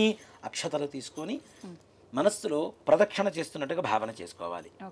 యాని గాని చ పాపాని జన్మాంతరకృతాని చ తాని తాని ప్రణశ్యంతి ప్రదక్షిణం పదే పదే పాపోహం పాపకర్మాహం పాపాత్మా పాపసంభవః త్రాహి మాన్ కృపయా దేవా శరణాగతవత్సల అన్యథా శరణం నాస్తి త్వమేవ శరణం మమ తస్మాత్ కారుణ్యభావేన రక్ష రక్ష గణాధిప శ్రీమన్మహాగణాధిపతయే నమః. ఆత్మప్రదక్షిణ నమస్కారాన్ని సమర్పయామి. పునః పూజాంచ కరిష్యే. మరళాక్షతలు తీసుకొని కొద్ది కొద్దిగా వేస్తూ ఉండండి. ఛత్రమాచ్ఛాదయామి, చామరం వీజయామి, నృత్యం దర్శయామి, గీతం శ్రావయామి, ఆందోళికానారోహయామి, గజానారోహయామి, అశ్వానారోహయామి, మూషికానారోహయామి, సమస్తరాజోపచార శక్త్యోపచార భక్త్యోపచార పూజాం సమర్పయామి. మరలా అక్షతలు తీసుకోండి మా చేతిలోకి. యస్మృత్యాచనాముఖ్యతమ పూయాక్రియాదిషు న్యూనం సంపూర్ణతాం యాతి సజ్జం వందేదముచ్యుతం. చెప్పండి. మంత్రహీనం క్రియాహీనం భక్తిహీనం గణాధిప యత్పూజితం మయాదేవ పరిపూర్ణం తదస్తుతే. అనేన ధ్యానావాహనాది షోడశ ఉపచార పూజయా చ అవసర నైవేద్యయా చ భగవాన్ సర్వాత్మకః సర్వం శ్రీ మహాగణాధిపతి దేవతా సుప్రీతా సుప్రసన్నా వరదా భవతు. చేతిలో నీళ్లు వేసుకొని నీళ్లు అక్షతలు ప్లేట్లు వదిలిపెట్టేశారు. ఇక్కడ భక్తులకి చేసుకునేటువంటి వాళ్ళందరికీ ఎంత ఎగ్జామ్షన్స్ ఇచ్చారు అంటే మంత్రహీనం క్రియాహీనం భక్తిహీనం ఇలాంటివి ఏదైనా లోపించి ఉన్నా క్షమించి నువ్వు ఇవ్వవలసినటువంటి పరిపూర్ణమైనటువంటి అనుగ్రహాన్ని ఇవ్వమని అని చెప్పి ఈ మంత్రానికి అర్థం అనమాట. ఇప్పుడు అక్షతలు తీసుకున్న వల్ల యజ్ఞేన యజ్ఞేంద్ర దేవాః తాని ధర్మాణి ప్రథమాన్యాసన్ తేహనాకం మహిమానస్త సంతే. శ్రీమన్మహాగణాధిపతయే నమః. యథాస్థానం ప్రవేశయామి. శ్రీమన్మహాగణాధిపతి ప్రసాదం యజమాన్యస్య శిరసా గృహ్ణామి. శతమానం భవతి శతాయుః పురుషస్య తేంద్రియ ఆయుష్యేవేంద్రియే ప్రతిష్ఠతి. ఆ పుష్పాన్ని శిఖలో పెట్టుకున్నాం. చేయగలుగుతుంది. మరలా అక్షతలు తీసుకోండి. చెప్పండి. వక్రతుండ మహాకాయ కోటి సూర్య సమప్రభ నిర్విఘ్నం కురు మే దేవ సర్వ కార్యేషు సర్వదా శోభనార్థే క్షేమః పునః ఆగమనాయ చ. ఆ గణపతి దగ్గర అక్షతలు వేయండి. అంటే మనలా శుభకార్యం చేసుకున్నప్పుడు పిలుస్తాం రాండి అని చెప్పి చెప్పడం. ఆయన ఎక్కువసేపు భరించలేం కదా గణపతిని. కాబట్టి ఆయన కైలాసానికి పంపించేటప్పుడు మరలా శోభనార్థే శుభకార్యం చేసుకున్నప్పుడు క్షేమ పునరా ఆగమనాయచ మరలా రాండయ్య అని చెప్పి చెప్పడం. ఇప్పుడు చాలా మంది కూడాను గణపతిని ఇందాక మనం ప్రాణప్రతిష్ఠ చేసాం, అక్షతలు వేసాం. ఇప్పుడు కూడా యథాస్థానం చెప్పడానికి చాలా మంది తమలపాకును అలా ముందుకు జరుపుతూ ఉంటారు. అది శాస్త్రం కాదు అనేటువంటిది ఒక ధర్మం. దేనికంటే మంత్రంతోనే మనం భగవంతుడిని ఆవాహనం చేశాం కాబట్టి మంత్రంతోనే ఉద్వాసన చెప్పటం. ఆయన్ని మరలా కైలాసాన్ని పంపించడం కూడా మంత్రంతోనే చేయాలి. అంతేగాని చాలా మంది తమలపాకులు పట్టుకొని గట్టిగా ముందుకు లాగేస్తూ ఉంటారు. అది ధర్మం కాదు. మంత్రంతో ఆవాహనం చేసాం, మంత్రంతోనే ఉద్వాసన. ఇప్పుడు గణపతి పూజ అయిపోయింది. అంటే చాలా మంది అనుకుంటారు గణపతి పూజ అయిపోయిందంటే వినాయక చవితి పూజ అయిపోలేదు. వరసిద్ధి వినాయక పూజ ఇప్పుడు మనం చేయబోయేటువంటి పూజ. దాని ముందుగా విఘ్నాలు కలగకుండా ఉండేందుకు మహాగణాధిపతి మనం పూజ చేసాం. ఇప్పుడు వరసిద్ధి వినాయక చవితికి ప్రత్యేకంగా చేసుకునేటువంటి పూజా కార్యక్రమం ఏదైతే ఉందో అది ఆ వరసిద్ధి వినాయకుడికి ఇప్పుడు మనం పూజ ప్రారంభిస్తాం. అలాగే గురుగారు, పూజ స్టార్ట్ చేసే ముందు ఒక చిన్న డౌట్ నాకు ఉంది, చాలా మందికి ఉండే ఉంటుంది. ఇప్పుడు చాలా మంది వినాయక చవితి ముందు రోజే వినాయకుడిని పూజా సామాగ్రి అన్నిటినీ తీసుకొచ్చి ఇంట్లో పెడతారు. అలా మనం వెళ్ళటానికి ముందే ఇంటిని శుభ్రం చేసుకోవాలి అని అనుకుంటాం. ఆ శుభ్రం చేసే విధానం కూడా చాలా పద్ధతిగా సాంప్రదాయంగా ఉండాలి, నియమాలు పాటించాలి. అవన్నీ ఏ రకంగా పాటించాలి? ఇక్కడ ఆత్మశుద్ధి, భూశుద్ధి, దేహశుద్ధి ఈ మూడు ఉండాలి. అలానే అంటే భూశుద్ధి అంటే గృహశుద్ధి, ఇల్లు శుభ్రంగా ఉండాలి. దేవతలు ఎక్కడ ఉంటారు? ఎక్కడ శుభ్రత ఉంటే అక్కడ ఉంటారు కదా. వీటిలో అన్ని శుభ్రతలే, దేహశుద్ధి అలానే మనోశుద్ధి, శుద్ధి. అక్కడ గృహశుద్ధి, స్థలం ఏదైతే ఉందో. అందుకని మనం ఇందాక పూజ జరిగేటప్పుడు కూడా పూజా ద్రవ్యాన్ని సంప్రోక్ష, దేవం సంప్రోక్ష, ఆత్మాంచ సంప్రోక్ష, మనం అందరూ కూడా సంప్రోక్షణ కావాలి అనేటువంటిదే ఆ మంత్రానికి అర్థం కదా.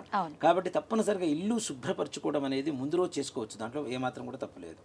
అలాగే ఎక్కడైతే మనం భగవంతుడిని ప్రాణప్రతిష్ఠ చేసుకొని పూజ చేసుకోవాలి అనుకుంటామో, అది పూజా గది కావచ్చు, పూజా గదిలో పక్కన ఇంకో, ఇప్పుడు వినాయక చవితికి పూజా గదిలో పట్టడం కష్టం కాబట్టి ఈ పత్రి ఇవన్నీ పెడుతూ ఉంటాం. ఇవన్నీ పట్టడం కూడా కష్టం అవుతుంది కాబట్టి ఈ పూజా గదికి బయట వైపు కూడా మనం కొంతమంది పూజ ఏర్పాటు చేసుకుంటూ ఉంటాం. అలాంటి సమయంలో తప్పనిసరిగా గోమూత్రం చల్లడం అనేది శుద్ధి. ఓకే, అంత శుభ్రం చేసినా సరే గోమూత్రం చల్లాలి తప్పనిసరిగా. గోమూత్రం దొరకలేదు, కనీసం పసుపు నీళ్ళలో కొద్దిగా పసుపు కలుపుకొని ఇల్లంతా చల్లుకోవడం. అలాగే ఆవు పేడ మనకు దొరికితే చక్కగా తీసుకొని పూజా గృహం ఏదైతే మనం పూజ చేస్తూ ఉంటామో ఆ స్థలంలో చక్కగా అలికి ముగ్గులు పెట్టడం అనేది చాలా మంచిది. దేనికంటే మనం గోవు ఉన్నంత స్వచ్ఛంగా ప్రపంచంలో మరో జంతువు లేదు అనేటువంటిది మన నమ్మకం. అవునా? కార్బన్ డైఆక్సైడ్ తీసుకుని ఆక్సిజన్ బయటికి ఇవ్వగలిగినటువంటి ఏకైక ప్రాణి ప్రపంచంలో ఏదైనా ఉంది అంటే గోవు మాత్రమే, ఇంకా రెండోది లేదు. అంత పరమ పవిత్రమైనటువంటి గోవు నుంచి వచ్చేటువంటి 5 ఉంటాయి పంచగవ్యాలు అని చెప్పి అంతకుముందు కూడా మనం కొన్ని విషయాలు చెప్పుకొని ఉన్నాం. ఈ పంచగవ్యాల్లో పవిత్రమైనటువంటిది గోమూత్రం, గోమయం కూడా ఉంటుంది. కాబట్టి ఆ గోమయాన్ని చక్కగా తెచ్చుకొని ఇంట్లో అలికి ముగ్గులు పెట్టుకోవడం అనేది. అలాగే మనం విగ్రహం తెచ్చుకోవడానికి సామాగ్రి తెచ్చుకోవడానికి కూడా స్నానం చేయకుండా పోయి విగ్రహాలు సామాగ్రి అవన్నీ తీసుకొచ్చి మనం నీళ్లు చల్లేస్తాం, శుభ్రమైపోతున్నాయి అంటే ఓకే, అమ్మే వాళ్ళ పరిస్థితి వేరు, వాళ్ళ వృత్తి అది. కాబట్టి వాళ్ళు ఎలా ఉన్నారు ఏంటనేది తీసి పక్కన పెడదాం. మనం ఎప్పుడైతే విగ్రహాన్ని స్పృశిస్తున్నామో మనలో ఉండేటువంటి పాజిటివ్ ఎనర్జీ అనేది ఆ విగ్రహంలోకి వెళ్ళిపోతుంది కదా. మన దగ్గర పాజిటివిటీ లేకపోతే మన దగ్గర నెగిటివ్ ఉంటే ఆ నెగిటివ్ వెళ్తుందిగా విగ్రహానికి. మరుసటి రోజు పొద్దున నువ్వు పెట్టి పూజ చేయడం వల్ల నెగిటివ్ వస్తుంది, పాజిటివ్ రావడం లేదుగా కదా. కాబట్టి ముందుగానే శుభ్రంగా మనం ఉండాలి, మన గృహం శుభ్రంగా ఉండాలి, మన మనస్సు శుభ్రంగా ఉండాలి. ఇలా ఉండి విగ్రహం తెచ్చుకోవడం అనేది ఉత్తమం. అసలు ఇవేవి కాదు, ఒక మాట చెప్పాలి అంటే పూర్వకాలంలో, ఇప్పుడంటే విగ్రహాలు తయారు చేసి అమ్ముతున్నారు. గణపతి అసలు ఉండడం అనేది మట్టి స్వరూపంలో ఉంటాడు. ఎవరికి ఏ వస్తువుతో, వెండి, బంగారం, రాగి, కంచు, ఇత్తడి ఇలాంటి ద్రవ్యాలతో విగ్రహాలు తయారు చేయించుకోలేకపోయినా సర్వసాధారణంగా అందరికీ తొందరగా దొరికేటువంటిది మట్టి.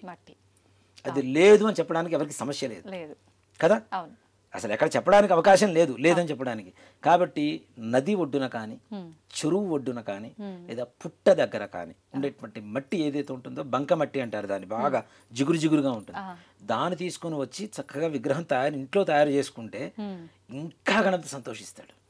స్వయంగా మన చేతులతో తయారు చేసుకుంటే ఓం గం గణపతయే నమః అనేటువంటి మంత్రం చదువుకుంటూ నిజంగా ఏమీ చేయటం చేత కానీ పిల్లలకు కూడా గణపతి మంత్రాన్ని చదువుతూ చక్కగా చేయగలిగితే తప్పనిసరిగా ఆయన రూపం వచ్చేస్తుంది. అలాగే ఇలా కూడా కాదు, గణపతి ఉపనిషత్తు అని ఉంటుంది. గణపతి ఎలా పుట్టాడు, ఏ వర్ణంలో ఉంటాడు అనేటువంటిది ఆ యొక్క అధర్వణ వేదంలో గణపతి గురించి చెప్పబడినటువంటి ఉపనిషత్తు ఉంటుంది. అధర్వణ శీర్ష గణపతి ఉపనిషత్తు అని, అది ఆడియోలు దొరుకుతుంది మనకు చక్కగా. అది వింటూ గణపతిని తయారు చేసుకోవచ్చు. అంటే పృథ్వీ తత్వం ఏదైతే నేల ఉంటుందో, పృథ్వీ పంచభూతాలు ఉన్నాయి కదా, పృథ్వీ అంటే ఏంటి? నేల, భూమి. భూమి తత్వమే గణపతి తత్వం. జననాన్ని ఇచ్చేటువంటి తత్వం, తనలో కలుపుకునేటువంటి తత్వం. ఒక మట్టి తీసుకొచ్చి చిన్న గిన్నెలో పెట్టేసి ఒక విత్తనం వేస్తే మొలక వస్తుంది. అలాగే ఒక చనిపోయినటువంటి వ్యక్తిని తీసుకెళ్లి భూమిలో పాతి పెడితే కలిసిపోతుంది. తనలో కలుపుకుంటాడు, మనకి కావాల్సింది ఇస్తాడు. ఆ తత్వమే గణపతి తత్వం. అందుకనే భూమి మీద దొరికేటువంటి మట్టితోనే వినాయకుడు విగ్రహాలు తయారు చేయండి రా అని చెప్పేది. కాబట్టి గణపతికి ఇంకోటి కూడా ఏంటండి, మనం అందరం నివసించేది అక్కడ భూమి మీద కదా. మూలాధారే స్థితోసి నిత్యం అని గణపతి మంత్రంలో ఉపనిషత్తులో వస్తుంది. మూలాధార చక్రానికి అధిపతి గణపతి. మూలాధారం మనకేమిటి? భూమే కదా ఆధారం. కాబట్టి అలాంటి పృథ్వీతత్వంతో ఉండేటువంటి మట్టితో గణపతిని తయారు చేస్తే, ఆ గణపతిని తయారు చేసిన తర్వాత మరలా నీళ్లలో వేస్తూ ఉంటే మనకి ఆరోగ్యం లభిస్తూ ఉంటుంది. దాంతోపాటుగా మనకి పత్రి పూజ చేస్తూ ఉంటాం. 21 రకాలు, 21 పత్రాన్ని పూజయామి అని చెప్పి చెబుతూ ఉంటాం. 21 అంటే 21 పత్రి. అసలు వినాయక చవితి పూజ ఎందుకు చెయ్యాలి అనేటువంటి ఒక ఆలోచనకి వస్తే, కేవలం వర్షాకాలంలో భాద్రపద శుద్ధ చవితి రోజున మాత్రమే మనం గణపతికి ఎక్కువగా ఈ పత్రితో పూజ చేస్తూ ఉంటాం. అవును. అవునా? అవును. వర్షాకాలంలో ఏమొస్తాయి జనాలందరికీ? ఇన్ఫెక్షన్స్ ఎక్కువ వస్తాయి. అవును, వ్యాధుల బారిన పడుతుంటాం. జ్వరాలు, జలుబులు, తుమ్ములు, దగ్గులు ఇవన్నీ వస్తుంటాయి. గణపతికి పూజ చేసేటువంటి ఏకవింశతి పత్రంలో ప్రతి ఒక్క దాంట్లో ఔషధీ గుణాలు ఉంటాయి. వ్యాధి నిరోధక శక్తిని కలిగజేసినటువంటి శక్తి ఉన్నటువంటి పత్రి మాత్రమే గణపతికి పూజ చేస్తున్నాం. ఓకే. అవునా? ఈ పత్రి పూజ చేయడం ద్వారా ఏమవుతుంది? పత్రి పూజ చేసి విగ్రహాన్ని పత్రిని తీసుకెళ్ళి ఏం చేస్తాం మనం? నీళ్ళల్లో నిమజ్జనం చేస్తాం. ఇది నదుల్లో, సముద్రంలో కూడా నీళ్లు తాగం మనం. నదుల్లో, చెరువుల్లో, బావి, ఇంట్లో ఉండేటువంటి బావి ఇప్పుడు లేవు. ఇవేవి మనకి దగ్గరలో లేవు. ఉన్న చెరువుల్ని పాడు చేసుకున్నాం, ఉన్న నదుల్ని కూడా తొందరగా పాడు చేసుకుంటున్నాం. బావి అనేటువంటి మాట భవిష్యత్ తరాలకు ఉంటుంది అనేది కూడా తెలియదు. వెల్ అంటే బాగున్నారా ఇది ఒకటే అనుకుంటున్నారు, కానీ భావి అనేటువంటి పదం కూడా ఎవరికి తెలియదు. ఇప్పుడున్న పిల్లల్ని అడిగినా కూడా చెప్పలేదు. అలాంటి పరిస్థితులు వస్తున్నాయి. ఇవన్నీ కూడా తీసుకుని వెళ్ళి దాంట్లో వేయడం ద్వారా ఇప్పుడు వర్షాకాలంలో కొత్త నీరు పాత నీరుతో చేరుతుంది. ఇన్ఫెక్షన్స్ పెరుగుతూ ఉంటాయి, రోగాలు పెరుగుతూ ఉంటాయి.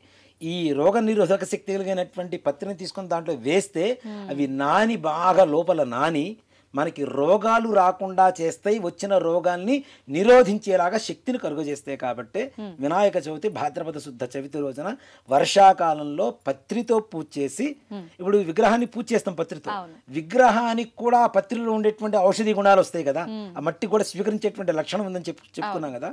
కాబట్టి ఆ విగ్రహాన్ని కూడా తీసుకొని వెళ్ళి నీళ్ళలోకి రావడం ద్వారా మనకి ఏ రకమైనటువంటి రోగాలు రాకుండా చేసేందుకు ఈ భాద్రపద శుద్ధ చవితి రోజున వినాయకుడు పూజ చేస్తాం. ఓకే. మనం మన ధర్మం ప్రకారం పూజ, దాంతో సైంటిఫిక్ గా మన ఆరోగ్యానికి సంబంధించి చాలా గొప్ప సైన్స్ మాట చెప్పాలంటే, అంటే సైన్స్ కూడా అందనటువంటి సైన్స్. నిజమే అండి. అంత ఔషధి గుణాలు ఉంటాయి వాటిల్లో. అవి మనకి తెలియక మనం ఏదో పిచ్చి కొమ్మలు తీసుకొచ్చి పూజ చేస్తున్నాం, కానీ 21 రకాలు ఏవైతే శాస్త్ర ప్రకారం చెప్తూ ఉన్నారో వాటిల్లో ప్రతి ఒక్క దాంట్లో రోగాన్ని, ఒకదానికి జలుబు పోగొట్టేటువంటిది. పూర్వకాలంలో చూడండి, ఇప్పుడంటే తక్కువ, ఇప్పుడు నాజిల్ డ్రాప్స్ అని కొనుక్కుంటున్నారు కదా, అదేంటి? జిందా తెలుసు కదా. జిల్లేడు ఆకుల్ని కాస్త వేడి మీద ఇచ్చేసి రసం పిండి దాన్ని అమ్ముతున్నారు ఇప్పుడు. పూర్వకాలంలో పిల్లలకు జలుబు చేస్తే తుమ్ములు వస్తూ ఉంటాయి కదా, అలాంటి సమయంలో జిల్లేడు ఆకు తీసుకొచ్చి నిప్పుల మీద అట్లా కాల్చేసి దాన్ని రసాన్ని తీసి ముక్కుల్లో పోస్తే ఈ తుమ్ములు పట్ట పట్ట పట్ట వచ్చి లోపల ఉండేటువంటి మొత్తం ఈ కఫం మొత్తం కూడా బయటకు వచ్చేస్తుంది. కానీ అది పాయిజన్ అంటారు కదా చెట్టు. ఆకు రసం ఏం కాదు. రసాన్ని పిండి ముక్కుల్లో పోస్తే చూడండి, ఇప్పటికీ ఉన్నారు చాలా మంది విలేజెస్ లో చేస్తూ ఉంటారు. నాటు వైద్యం అని చెప్పి మనం నవ్వుతున్నాం. ఇప్పుడు అదే నాజుల్ డ్రాప్స్ అని మనం కొనుక్కుంటున్నాం, అంత మించి ఏం లేదు. దీంట్లో మరి జిల్లేడు ఆకులు కూడా చేస్తున్నాం. అంటే ఒక్కొక్క రకమైనటువంటి రోగాన్ని పోగొట్టేటువంటి లక్షణాలు ఈ పత్రిలో మాత్రమే ఉన్నాయి. అది తెలుసుకొని పూజ చేస్తే ఆనందం. మన దేహానికి, ఇందాక చెప్పే కదా, మన దేహానికి ఏం కావాలో అది భగవంతుడు ఇస్తున్నాడు.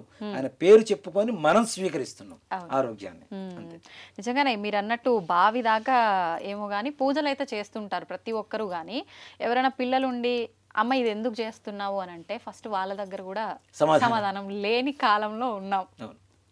అయితే గురుగారు, ఇంకొక క్వశ్చన్. ఇప్పుడు విగ్రహం తేవడానికి వెళ్ళిన తర్వాత కూడా చాలా మంది ఆలోచిస్తుంటారు. నేను కూడా స్టార్టింగ్లో నాకు తెలియనప్పుడు ఏంది వీళ్ళు ఇట్లా అడుగుతున్నారు, ఎటువైపు ఉంటే ఏంది అని చెప్పి. అది ఏంటంటే తొండం కుడివైపు ఉన్న విగ్రహాన్ని తెచ్చుకుంటే మంచి శుభం కలుగుతుంది, ఎడం వైపుది అంత పనికి రాదు అని చెప్పి. ఇవన్నీ నిజాలేనా? ఉన్నాయమ్మా. దీంట్లో కూడా గణపతికి మనం వామాచారం, దక్షిణాచారం చెప్పి 2 ఆచారాలు చెప్తుంటాం కదా. ఎక్కువగా అమ్మవారికే చెప్తూ ఉంటారు చాలా మంది. వామాచార దక్షిణాచారాలు అనేటువంటి విధానం అమ్మవారికే ఉంది. మధ్య మాంసాలు పెడుతుంటారు, ఇలా ఆచారాలు ఉన్నాయి.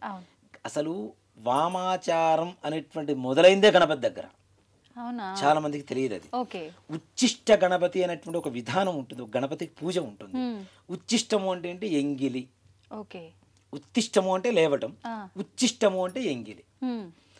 స్వామివారికి నివేదన పెట్టినటువంటి ఉండ్రాళ్ళు మనం తింటూ మంత్రోచ్చారణ చేస్తూ ఉపాసన చేసేటువంటి విధానం ఉంది.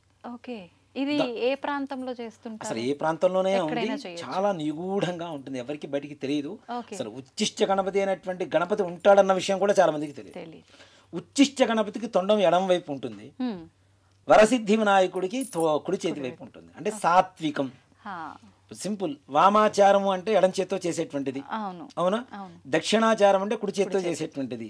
దక్షిణం వైపు తొడం తిరిగి ఉంటే దక్షిణాచారం సాత్వికం, ఎడం చేతి వైపు తిరిగి ఉంటే వామాచారం కొంచెం శక్తివంతం. ఓకే. కాబట్టి కుడి చేతి వైపు తిరుగున్నదే ప్రసన్నంగా ఉంటుంది. ప్రసన్నంగా ఉంటుంది. ఓకే. శుక్లాం భరధరం విష్ణు ప్రసన్నవదనం అని చెప్పి చూస్తున్నాను. అవును అవును శ్లోకం. అవునా? ప్రసన్నవదనం అంటే ఎట్లుంటే ప్రశాంతంగానే ఉంటుంది. అలాగే ఆయన అంత ప్రశాంతంగా ఉంటున్నాడు. విగ్రహం తెచ్చుకునేటప్పుడు నిమజ్జనం చేసేటప్పుడు కూడా అంతే ప్రశాంతత ఉండాలి. అది లేకుండా ఇప్పుడు చూస్తున్నాం కదా డీజే సౌండ్లు. అవును. పూజ పావు గంట, మిగిలిన ఎంటర్టైన్మెంట్ ప్రోగ్రామ్ గంటన్నర 2 గంటలు. రాత్రి నిద్ర కూడా అక్కడే కూర్చొని చేస్తూ ఉంటారు. అవును. క్యారమ్ బోర్డ్స్ పెట్టుకొని కొన్ని చోట్ల అనకూడదులే కానీ చతుర్ముఖ పారాయణలు ఇవన్నీ కూడా చేస్తుంటారు. గణపతికి పూజ చేయండిరా అంటే ఇవన్నీ చేస్తుంటే గణపతి మాత్రమే ఏం చేస్తాడు? అంతే.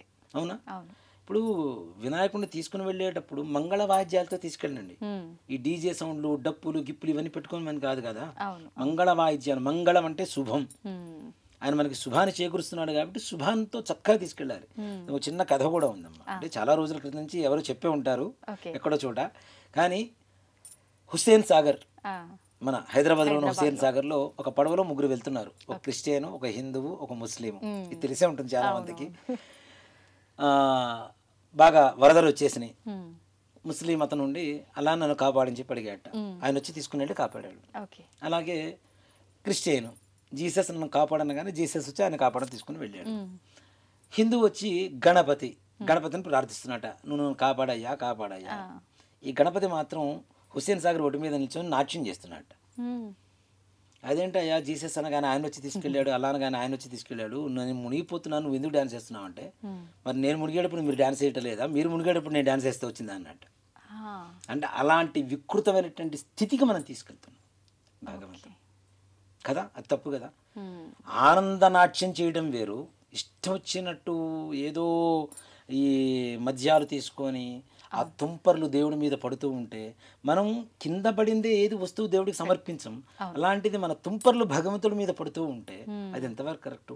అంతవరకు పూజ చేసి, అంత పవిత్రంగా పూజ చేసి, ఈ డప్పుల మధ్యలో ఈ డీజేల మధ్యలో ఇష్టం వచ్చినట్టు మద్యం సేవించి అరుస్తూ దేవుడి మీద ఎక్కి, ఇంకోటి కూడా నేను నిషేధం అని చెప్తాను. భగవంతుడికి వినాయకుడికి లడ్డు నివేదన పెడుతూ ఉంటారు కదా. అసలు లడ్డు పెట్టమని ఎవరు చెప్పారు? ఏ శాస్త్రాల్లో ఉంది? ఎక్కడా లేదు. మోదక ప్రియుడు ఆయన. మోదకం అంటే ఉండ్రాళ్ళు కదా. మోదకం అంటే ఉండ్రాళ్ళు కూడా కాదు, మోదకం అనేటువంటిది ఒక పిండి వంట. ఉండ్రాళ్ళు వేరు, మోదకం వేరు. కనీసం అంత చేయలేని పక్షాలకు కనీసం ఉండ్రాళ్ళు అన్న పెడుతున్నాం.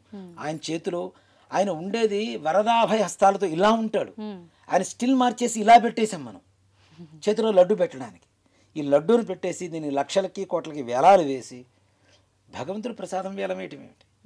పెడితే ఇంకంతా అందరికి పెట్టు, పో నీ నైవేద్యం పెట్టావు నీ భక్తి కొద్దీ. ఆ లడ్డే అందరికి ప్రసాదంగా నైవేద్యంగా సమర్పించాలి. దాన్ని వేలం వేసి భగవంతుడికి రేట్లు పెట్టి దాంట్లో పాల్గొనాలంటే ముందుగా రిజర్వేషన్లని, అడ్వాన్సులని. ఈ అంటే భగవంతుడు కమర్షియల్ అయిపోతున్నాడా? భగవంతుడిగా ఉండి చూస్తున్నావా మనం? అది తప్పు కదా. నివేదనగా అక్కడ పెట్టాల్సింది లడ్డు కూడా కాదు, మోదకం పెట్టాలి. అందుకనే భగవంతుడు ఎప్పుడు ఇలా మనకి వరదాన్ని అభయాన్ని ఇచ్చేటువంటి స్థితిలో ఉంటాడు, కానీ మన దగ్గర నుంచి తీసుకునే పరిస్థితులు ఇలా ఉండడు ఆయన కదా.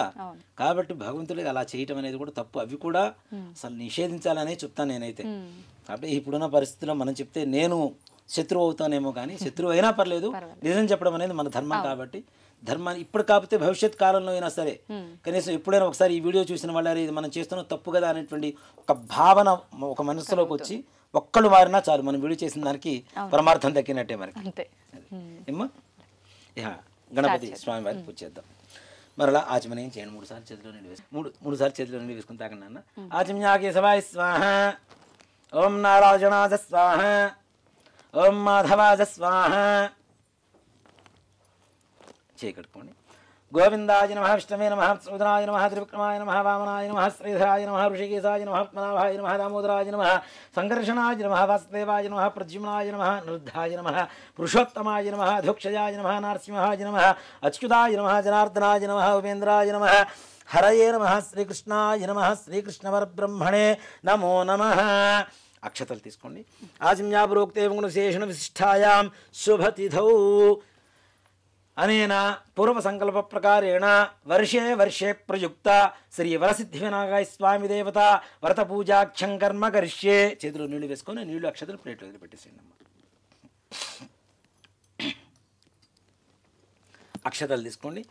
ఓం విఘ్నధ్వాంత నివారణైః కత్రణైః విఘ్నాటవీహ వ్యవాడ్ విఘ్నవ్యాళకుల ప్రమత్త గురుడో విఘ్నేప పంచాననః విఘ్నోత్తుంగగిరిప్రభేదనగరి విఘ్నాబ్ధికుంభోద్భవః విఘ్నాఘౌ గగన ప్రచండ భవనో విఘ్నేశ్వరః పాతు నః మృత్తికబింబేస్మిన్ శ్రీమన్మహాగణాధిపతిమావాహయామి స్థాపయామి పూజయామి. తమలపాకు తీసుకొని అలా స్వామివారి పాదాల దగ్గర పట్టుకోండి. ఓం అసునీతే పునరస్మా సుచక్షు పునఃప్రాణమిహనో దేహి భోగం జోక్పస్సేమ సూర్యముచ్చరం దామ్నముదే ప్రళయా ఆన స్వస్తి అమృతం వయ ప్రాణామృతమాప ప్రాణ నేవయధాస్థానముపక్వయతే. అక్షతలు తీసుకున్నమ్మా చెప్పండి. స్వామిన్ సర్వ జగన్నాథ యావత్ పూజ వసానకం తావత్వం ప్రీతి భావేన బింబేస్మిన్ సన్నిధిం కురు. శ్రీ వరసిద్ధి వినాయక స్వామినే నమో నమః. స్థిరో భవ వరదో భవ సుముఖో భవ సుప్రసన్నో భవ స్థిరాసనం కురు. ధ్యానం. నమస్కారం చేసుకోండమ్మా. ఓం నమో వ్రాతపతయే నమో గణపతయే నమః ప్రమథపతయే నమస్తే అస్తు లంబోదరాయ ఏకదంతాయ విఘ్న వినాశినే శివసుతాయ శ్రీ వరదమూర్తయే నమో నమః. అక్షతలు తీసుకొని గణపతి దగ్గర వేయండి. శ్రీమన్మహాగణాధిపతయే నమః. ధ్యాయామి ధ్యానం సమర్పయామి ఆవాహయామి సువర్ణరత్నగతిదేమ సింహాసనం సమర్పయామి. పాదయో నీళ్లు 3 సార్లు అట్లా స్వామివారి దగ్గర చూపించేసి ప్లేట్లో వదిలిపెట్టేసేయండి. పాదయో పాద్యం సమర్పయామి. హస్తయో అర్ఘ్యం సమర్పయామి. ముఖే ఆచమనీయం సమర్పయామి. ఔపచారక స్నానం. కొద్దిగా నీళ్లు చల్లండి గణపతి మీద. ఓం మా భవిష్ఠామయో భవస్థాన ఊర్జేత ధాతన మహేరణాజ శిక్షసే యోవశ్యవదమోరసస్తస్య భాజే దేహన ఉషదీర్వ మాతర తస్మారంగమామవో ఇస్సక్షయా యజన్వథ ఆపో జనజథా జన. శ్రీమన్మహాగణాధిపతయే నమః. శుద్ధోదక స్నానం సమర్పయామి. కొబ్బరికాయ తీసుకొని కొట్టండి.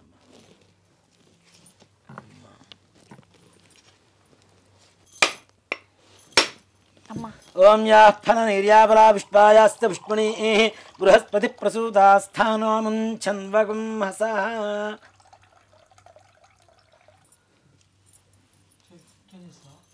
ఆ తమలపాకుతో కొద్దిగా గణపతి మీద నీళ్లు చల్లండి. ఇందాక శుద్ధోదకం అంటే మామూలు నీళ్లు పోసాం కదా, మనం ఏం చేస్తాం సోపు రుద్దుకుంటాం కదా, అలానే ఇది సోప్ అనమాట స్వామివారికి. అలా దేవతలకి ఈ నారికేళ ఫలం అనేది వారికి ఉండేటువంటి మనం ఇచ్చేటువంటి లిక్విడ్ సోప్ లాంటిది. సో కాబట్టి ఈ కొబ్బరి నీళ్ళతో స్వామివారికి స్నానం. ఇందాక మనం చెప్పుకున్నాం కదా అధర్వణ గణపతి ఉపనిషత్ అని. ఇప్పుడు మనం చెప్పబోయేటువంటి మంత్రం అదే. ఇది విన్నా చదువుకున్నా చాలా విశేషమైనటువంటి పుణ్యం లభిస్తుంది. ఇది ఎక్కడైతే పారాయణ జరుగుతుందో అక్కడ సకల విఘ్నాలు కూడా తొలగిపోతాయని చెప్పి శాస్త్రం చెప్తూ ఉంది. గణపతి ఉద్భవం, ఎలా ఉద్భవించాడు, ఏ వర్ణంలో ఉంటాడు అనేటువంటిది యొక్క మంత్రాల పరమార్థం. ఓం భద్రం కర్ణేభిః శృణుయామ దేవాః భద్రం పశ్యేమాక్షభిర్యజత్రాః స్థిరైరంగైస్తుష్టుభాగం సస్తనోభిః వ్యసేమ దేవహితం యదాయుః స్వస్తి న ఇంద్రో వృద్ధశ్రవాః స్వస్తి నః పూషా విశ్వవేదాః స్వస్తి నస్తార్క్ష్యో అరిష్టనేమిః స్వస్తి నో బృహస్పతిర్దధాతు. ఓం శాంతిః. ఓం లం నమస్తే గణపతయే త్వమేవ ప్రత్యక్షం తత్వమసి త్వమేవ కేవలం కర్తాసి త్వమేవ కేవలం హర్తాసి త్వమేవ కల్పితం బ్రహ్మాసి త్వం సాక్షాదాత్మాసి నిత్యం అర్థం వచ్మి సత్యం వచ్మి అవత్వం మాం అవవక్తారం అవశ్రోతారం అవదాతారం అవధాతారం అవానూచాన మమ శిష్యం అవపురస్తాత్తా ఆదు అవదక్షిణాత్తా ఆదు అవపశ్చాత్తా ఆదు అవోత్తరాత్తా ఆదు అవచోర్ధ్వాత్తా ఆదు అవధరాత్తా ఆదు సర్వతో మాం పాహి పాహి సమంతాత్. త్వం వాంగ్మయస్త్వం చిన్మయః త్వమానందమయస్త్వం బ్రహ్మమయః త్వం సచ్చిదానందాద్వితీయోసి త్వం జ్ఞానమయో విజ్ఞానమయోసి. సర్వం జగదిదం తత్వో జాయతే సర్వం జగదిదం త్వస్తతిష్ఠతి సర్వం జగదిదం త్వజలయమేష్యతి త్వజి ప్రచ్యేతి త్వం భూమిరాపో నలో నిలో నభః త్వం చత్వారి వాక్పరవిదాపదాని త్వం గుణత్రయాతీతః త్వం దేహత్రయాతీతః త్వం కాలత్రయాతీతః త్వం మూలాధారే స్థితోసి నిత్యం త్వాం యోగినో ధ్యాయంతి నిత్యం త్వం శక్తిత్రయాత్మకః త్వం బ్రహ్మస్త్వం రుద్రస్త్వమింద్రస్త్వమగ్నిస్త్వం వాయుస్త్వం సూర్యస్త్వం చంద్రమాస్త్వం బ్రహ్మ భూర్భువస్తు వరో గణాదీన్ పూర్వముచ్చార్య వర్ణాదీం తదనంతరం అనుస్వార పరతర అర్ధేందురశతం తథా ధారేణ యుక్తమేవ దేవతవ మనస్వరూపం తకార పూర్వరూపం అకారో మధ్యమ రూపం బిందురుత్తర రూపం నాదసంధానం సంహితా సంధి సైషా గాణేసి విద్యా గణక ఋషి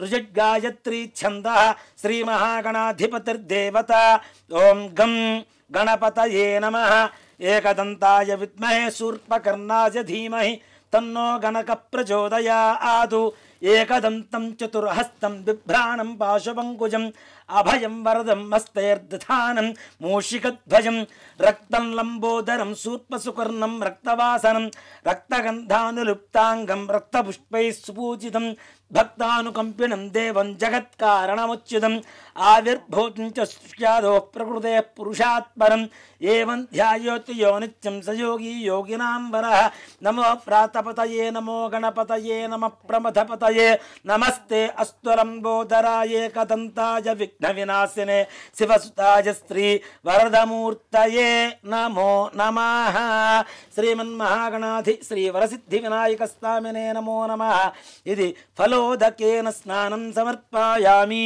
ఈ మామూలు నీళ్ళు చల్లాలి ఆపోష్ఠామయో భవస్థాన ఊర్జేత ధాతన మహేరణాజ చక్షసే యోవశ్యవతమోరసస్తస్య భాజేతే హనః ఉషతీరవ మాతరః తస్మా అరంగమామవో యస్సక్షజా జన్వథ ఆపో జనయథా జనః ఇది శుద్ధోదక స్నానం సమర్పయామి మరలా నీళ్ళు అక్కడ చూపించేసి ప్లేట్లో వదిలిపెట్టేసేయండి స్నానానంతరం శుద్ధ ఆచమనీయం సమర్పయామి వస్త్రం అభివస్త్రా ఆసవసరాన్యర్షాభిధేనో సుతిగా ఆ పూజమానః అభిచంద్రాభర్తమేన్నో దీన్ని గంధంలో ముంచేసి పసుపు అద్దేసి స్వామి వారికి పెట్టండి అద్దాల బొట్టు పెట్టినా సరిపోతుంది అద్దండి వస్త్రం అభివస్త్రా ఆస్వసరాన్యర్షాభిధేనో సుతిగా ఆ పూజమానః అభిచంద్రాభర్తమేన్నో హిరణ్యాభ్యశ్వానధనో ఓ దేవసోమ శ్రీమన్మహాగణాధిపతయే నమః ఇది వస్త్రయుక్తం సమర్పయామి కుంకుమ యజ్ఞోపవీతం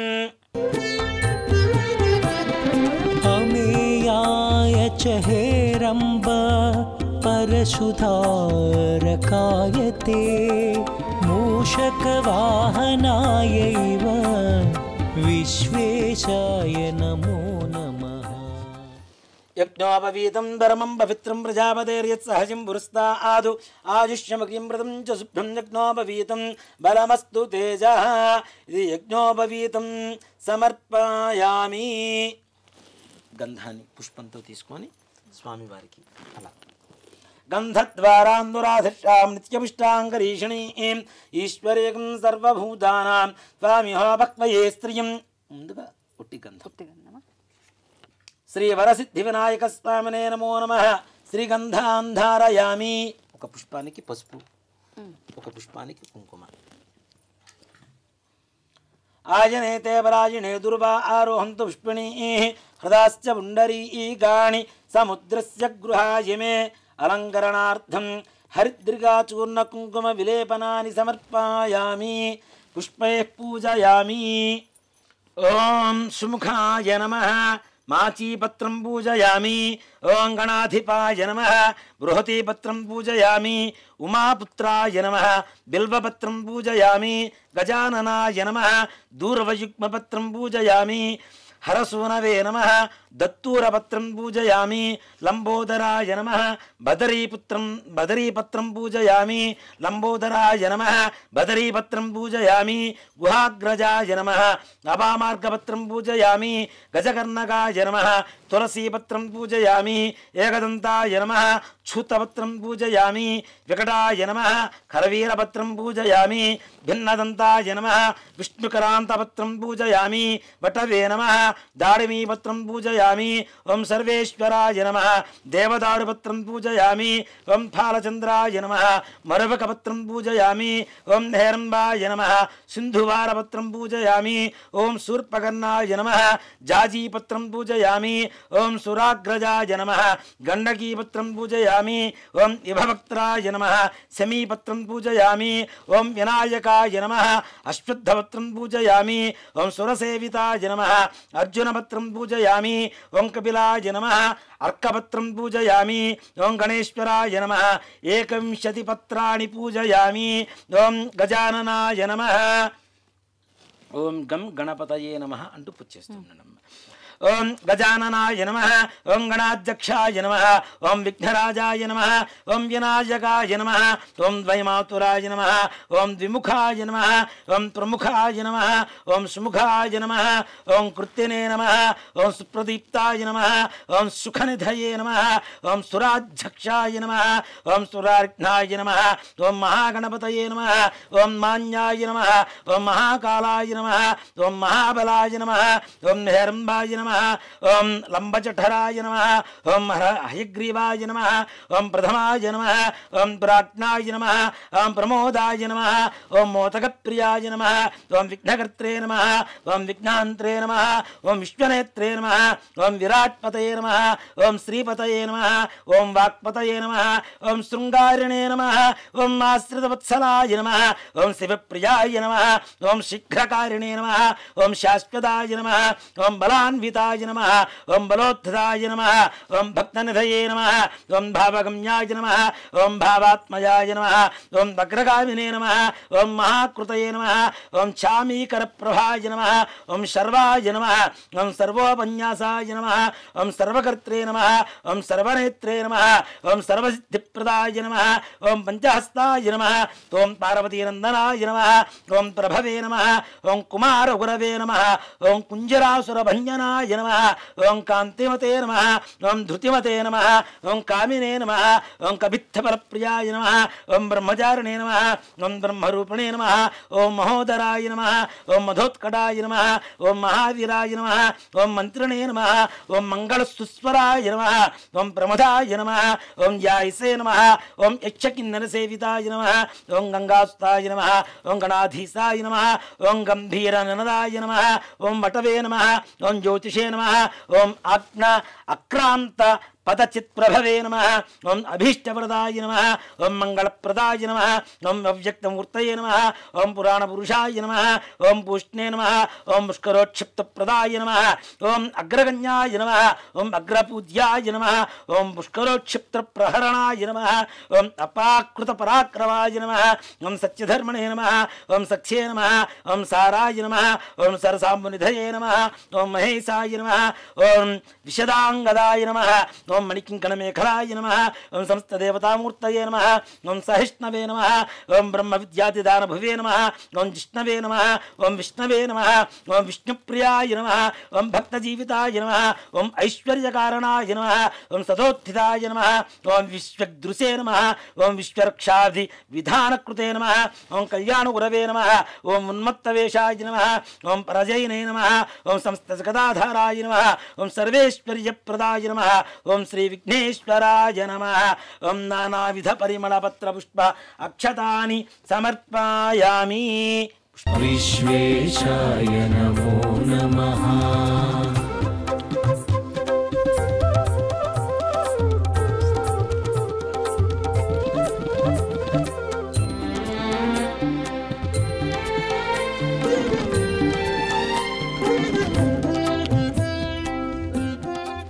ఓం సుముఖాయ నమః. ఓం ఏకదంతాయ నమః. ఓం కపిలాయ నమః. ఓం గజకర్ణకాయ నమః. ఓం లంబోదరాయ నమః. ఓం వికటాయ నమః. ఓం విఘ్నాజాయ నమః. ఓం ధూమకేతవే నమః. ఓం గణాధిపాయ నమః. ఓం గణాధ్యక్షాయ నమః. ఓం గజాననాయ నమః. ఓం ఫాలచంద్రాయ నమః. ఓం వక్రతుండాయ నమః. ఓం శూర్పకర్ణాయ నమః. ఓం హేరంబాయ నమః. ఓం స్కందపూర్వజాయ నమః. ఓం సర్వసిద్ధిప్రదాయకాయ నమః. కుమారగురవే నమః. శ్రీమన్మహాగణాధిపతయే నమః. నానావిధ పరిమళపత్ర పుష్ప అక్షతాని సమర్పయామి. ధూపం పెట్టేస్తున్నది ఆ షాట్ పడుతుంది.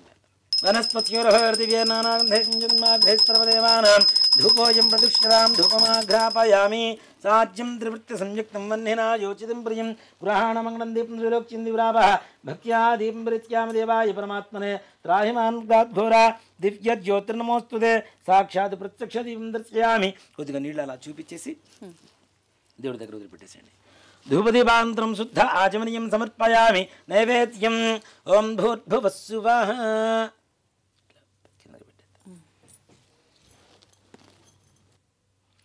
ఓం భూర్భువస్సువః ఓం తత్సవితుర్వరే ఇట్లా నీళ్లు చల్లండి ఓం తత్సవితుర్వరేణ్యం భర్గో దేవస్య ధీమహి ఇలా చుట్టూ తిప్పండి సత్యం వర్త్యేన పరిణితియామి అమృతమస్తు అమృతోవస్త్రమసి శ్రీ వరసిద్ధి వినాయక స్వామినే నమః అవసరార్థం నారికేళ సకలాన్ దాడిమీ ఫలాన్ బహుబీజ ఫలాన్ వేదయామి ఓం ప్రాణాయ స్వాహ ఓం అపానాయ స్వాహ ఓం జ్ఞానాయ స్వాహ ఓం ఉదానాయ స్వాహ ఓం సమానాయ స్వాహ 6 సార్లు నీళ్ళు అక్కడ చూపించేసి ప్లేట్ వదిలిపెట్టేసండి అమ్మా స్వామివారి దగ్గర చూపించి మధ్య మధ్య భగవానీం సమర్పయామి అమృతాభిధానమసి ఉత్తరాభూషణం సమర్పయామి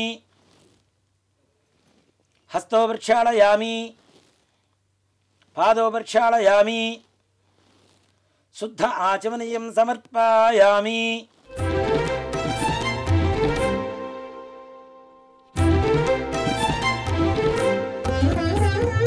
అనంత విభవాయైవ తాంబూలం సూగీఫలైస్తకర్పూరేర్నాకవల్లీధలేరుచితం ముక్తాచూర్ణసమాయుక్తం తాంబూలం ప్రతిగృహ్యతాం ఇది తాంబూలం సమర్పయామి తాంబూల ఆచరణానంతరం మరలా కొద్దిగా నీళ్ళు చూపించేసి ప్లేట్లు శుద్ధ ఆచమనీయం సమర్పయామి కర్పూర ఆనందమంగళ నీరాజనం గ్రజాయతే నమః గుహాగ్రజాయతే నమః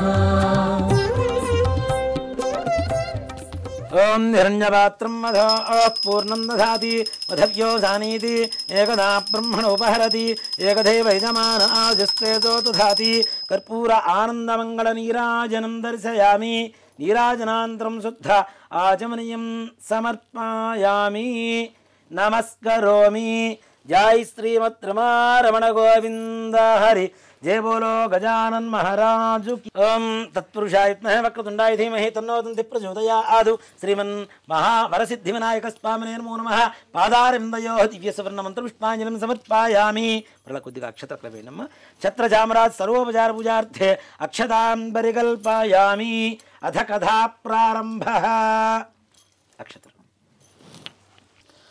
పూర్వకాలంలో గజాసురుడు అనేటువంటి ఒక రాక్షసుడు పరమేశ్వరుడి నుంచి ఘోరంగా తపస్సు చేశారట ఘోరమైనటువంటి తపస్సు చేశారు అంతటా పరమేశ్వరుడు ప్రత్యక్షమయ్యాడు ఆయన నీకు ఏం కావాలి వరం అని చెప్పి అడుగుతూ ఉంటే పరమేశ్వరుడు అంటేనే బోళాశంకరుడు ఎవరు కొద్దిగా తపస్సు చేసినా ఓ చెంబడి నీళ్లు నెత్తిన పోసినా హరహర మహాదేవ అంటే చాలు ఆయన కరుణిస్తూనే ఉంటారు కాబట్టి అంత ఘోర తపస్సు చేసినటువంటి గజాసురుడిని వరం కోరుకో అని చెప్పి అంటే గజాసురుడు స్వామి నేను నీ భక్తుడిని నువ్వు ఎప్పుడు కూడా నా ఉదరం ఉండేట్టుగా నాకు వరం ఇవ్వు అని చెప్పి ప్రార్థించారు అసలు పరమేశ్వరుడు భక్త సులభుడు కాబట్టి భక్తుడు కోరుకున్నటువంటి కోరికను తీర్చడం కోసం ఆయనకు ఉదరంలో ప్రవేశించారు అసలు పార్వతీదేవి పరమేశ్వరుడు జాడ తెలియట్లా ఎక్కడున్నాడు ఏంటి ఎలా ఎక్కడ ఉన్నాడు తెలియట్లేదు చిట్ట చివరికి గజాసురుడి గర్భంలో ఉన్నాడు పరమేశ్వరుడు అని చెప్పి తెలుసుకున్న పార్వతి విష్ణుమూర్తి దగ్గరికి వెళ్ళి ప్రార్థించింది పూర్వకాలంలో భస్మాసురుడి బారి నుంచి కూడా నా పతిని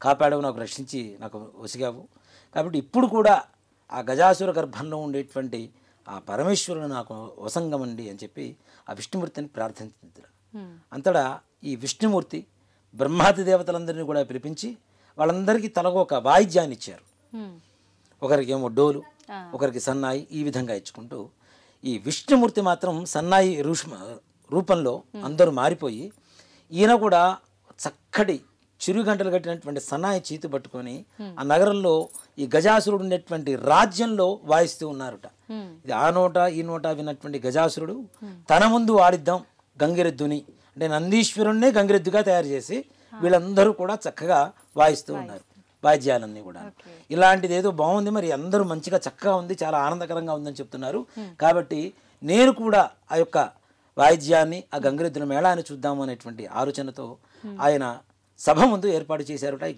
గంగిరెద్దుల మేళాన్ని అంతా కూడా అంతటా విష్ణుమూర్తి సన్నాయి వాయించడం, అవును. బ్రహ్మాది దేవతలు వాయిద్యాలు వాయించడం అంటే సర్వసాధారణంగా ఉండదు కదా. సుస్వరంగా ఆనందంగా ఎంతో సంతోషకరంగా ఉన్నదిట. అది చూసినటువంటి గజాసురుడు మీకు ఏం కావాలి కోరుకున్నా ఇచ్చేస్తాను సంతోషంగా అని చెప్పేశాడు. ఆ సమయంలో విష్ణుమూర్తి ఇది శివుడి వాహనమైనటువంటి నంది ఆయన్ని కనుక్కోవడానికి వచ్చింది కాబట్టి ఆ శివుణ్ణి ఇవ్వండి అని చెప్పి అడిగారుట ఈ యొక్క విష్ణుమూర్తి. అంతటా గజాసురుడికి అర్థమైంది వచ్చిన ఆయన ఎవరో కాదు, సకల రాక్షస సంహారి అయినటువంటి విష్ణుమూర్తే, కాబట్టి నాకు ఇక మరణం తప్పదు అని చెప్పి ఆ విష్ణుమూర్తికి ప్రార్థించి శివుణ్ణి కూడా ఒక వరాన్ని కోరుకున్నారట. నా యొక్క శిరస్సు త్రిలోక్య పూజ్యంగా ఉండేట్టుగా నాకు వరం ఇవ్వండి, అలాగే నా యొక్క శరీరాన్ని మీరు వస్త్రంగా ధరించండి అని చెప్పి వరం అడిగారట. పరమేశ్వరుడు అలానే చెప్పాడు. ఈ నంది తన కొమ్ములతో ఆ యొక్క గజాసురుడి గర్భాన్ని చీరిస్తే లోపల ఉన్నటువంటి పరమేశ్వరుడు బయటకు వచ్చాడు.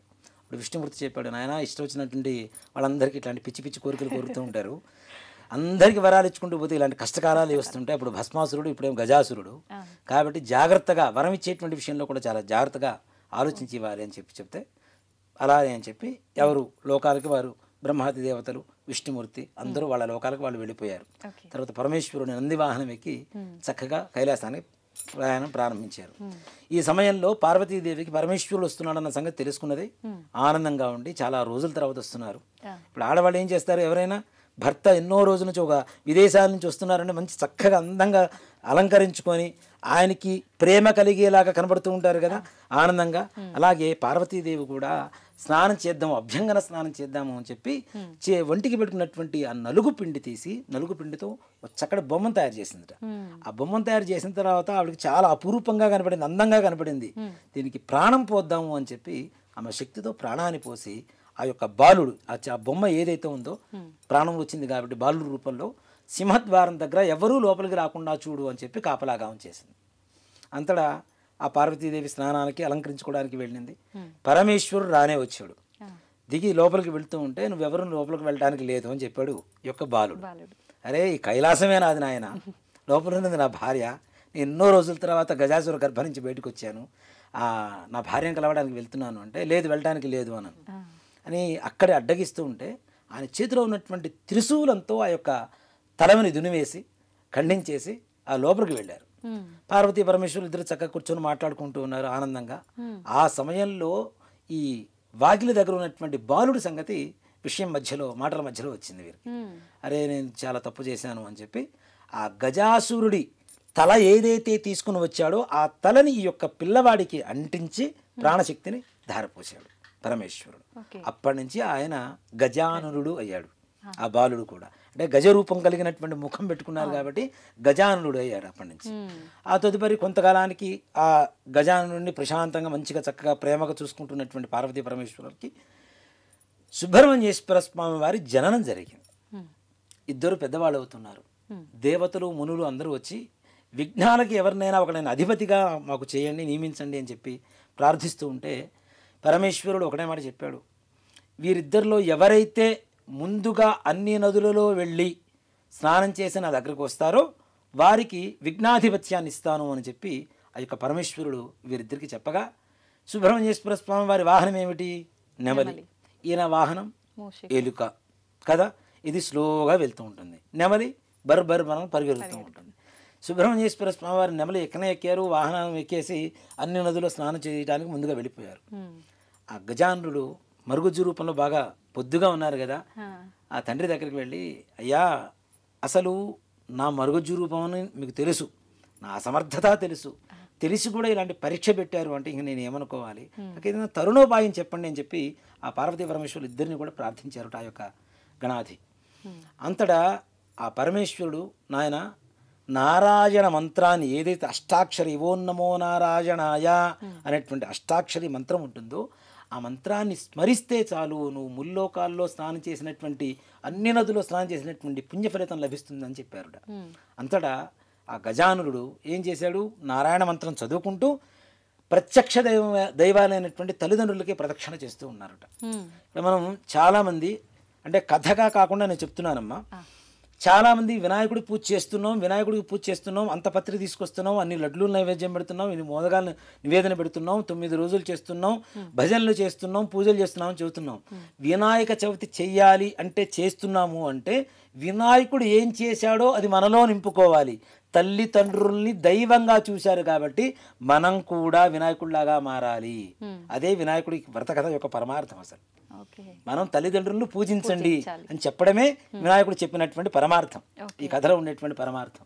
కాబట్టి ఆ తల్లిదండ్రులకి ఇద్దరికి కూడా చక్కగా ప్రదక్షిణాలు చేస్తూ ఉన్న సమయంలో ఈ సుబ్రహ్మణ్యేశ్వర స్వామి వారు ఏ నది దగ్గరికి వెళ్తే స్నానానికి వెళ్తూ ఉంటారో గణపతి ముందుగానే ఆ నదిలో స్నానం చేసి ఆయనకి ఎదురుగా వస్తున్నారట. తల్లిదండ్రులకు ప్రదక్షిణ చేస్తున్నటువంటి ప్రభావం నారాయణ మంత్ర ప్రభావం చేత అంతటా సుబ్రహ్మణ్యేశ్వర స్వామి వారు అన్ని నదుల్లో స్నానం చేసి ఈ కైలాసానికి చేరుకునేసరికి గజానుడు అక్కడే ఉన్నాడు. అన్నీ కంప్లీట్ చేసి నాకంటే ముందు వచ్చారు కాబట్టి ఆయనకే ముందుగా ఈ విఘ్నాలకు అధిపతిగా ఆయనే చేయండి అని చెప్పారు.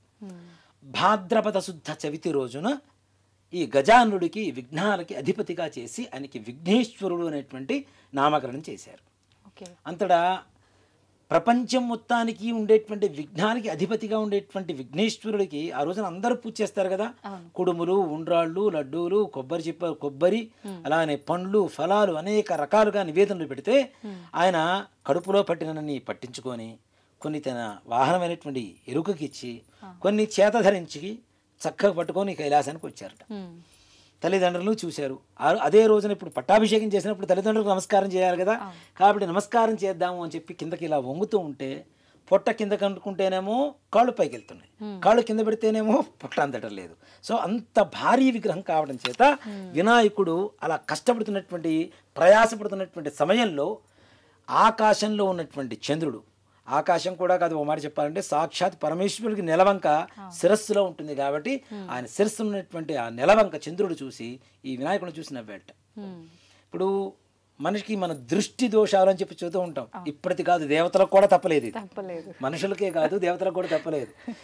అంటే కన్ను పడితే దృష్టి పడితే ఏదైనా సరే, నరుడు దృష్టి పడితే నలరాయన నుగ్గైపోతుంది అంటాం కదా. అలాగే చంద్ర దృష్టికి ఆయన పొట్ట పగిలి ఆయన పొట్టలో ఉన్నటువంటి కుడుములు, ఉండ్రాళ్ళు, పండ్లు, ఫలాలు, ఈ కొబ్బరి ఇవన్నీ కూడా ఆ ప్రదేశం అంతా కూడా డొర్లుతూ ఉన్నాయట. ఇది చూసినటువంటి పార్వతీదేవికి చాలా కోపం వచ్చింది. అరే నా కుమారుని చూసి నువ్వు నవ్వుతావా అని చెప్పి, నిన్ను ఎవరైతే చూస్తారో వాళ్ళు నీలాప నిందలకు గురవుతారు అని చెప్పి పార్వతీదేవి శాపం ఇచ్చింది. ఈ సమయంలో సప్త మహర్షులు యాగం చేస్తూ ఉన్నారు. యాగం చేస్తూ ఉంటే అగ్నిదేవుడికి సప్త మహర్షుల భార్యల మీద కోరిక కలిగింది. ఆ సంగతి అరుంధతి తెలుసుకొని ఆమె రూపం తప్పించి మిగిలిన 6 పత్నుల రూపమంతా కూడా ఆవిడే అవతరించి వాళ్ళందరికీ కూడాను, వాళ్ళందరూ ఇక్కడే ఉన్నారు, ఋషిపత్నులు మాత్రం ఋషులతో ఉన్నారు. కానీ ఒక అగ్నిదేవుడితో ఉండేటువంటి ఈ 6 మాత్రం ఋషిపత్నుల రూపంలో అరుంధతీదేవి మాత్రమే ఆ రూపాన్ని అక్కడ కలుగజేసింది మాయా రూపంలో. ఇది చూసినటువంటి ఋషులందరూ కూడాను మా భార్యలే ఆయన దగ్గర ఇలా ఉన్నారు అని చెప్పి చాలా ఎడబాటు చేసుకున్నారు ఇద్దరు కూడా, భార్యాభర్తలంతా, ఋషిపత్నులందరూ కూడా. ఈ సమయంలో అరుంధతి వచ్చి వాళ్ళెవరూ కూడా నిజమైన రూపాలు కాదు, నా మాయ వల్ల కలిగినటువంటిది అని చెప్పి వారికి చెప్పిన తర్వాత వారికి ఈ శాపం ఉపశమనం కలిగింది.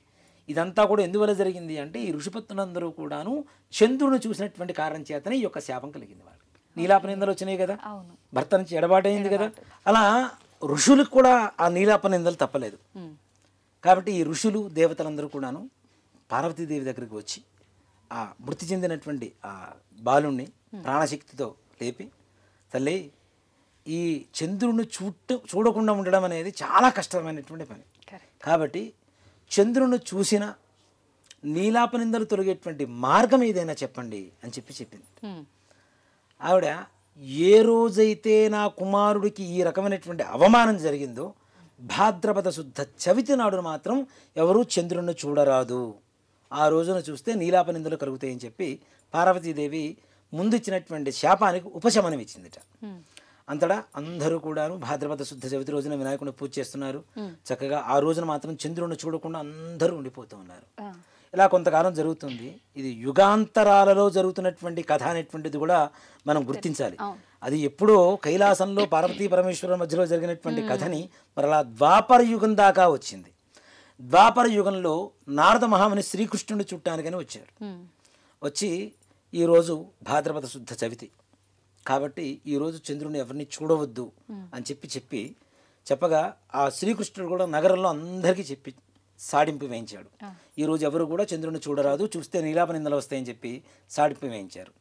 ఆ తదుపరి నారద మహాముని వెళ్ళిపోగా సత్రాజిత్తు అనేటువంటి ఒక ఆయన స్నేహితుడు కృష్ణుని చుట్టానికి వచ్చాడు.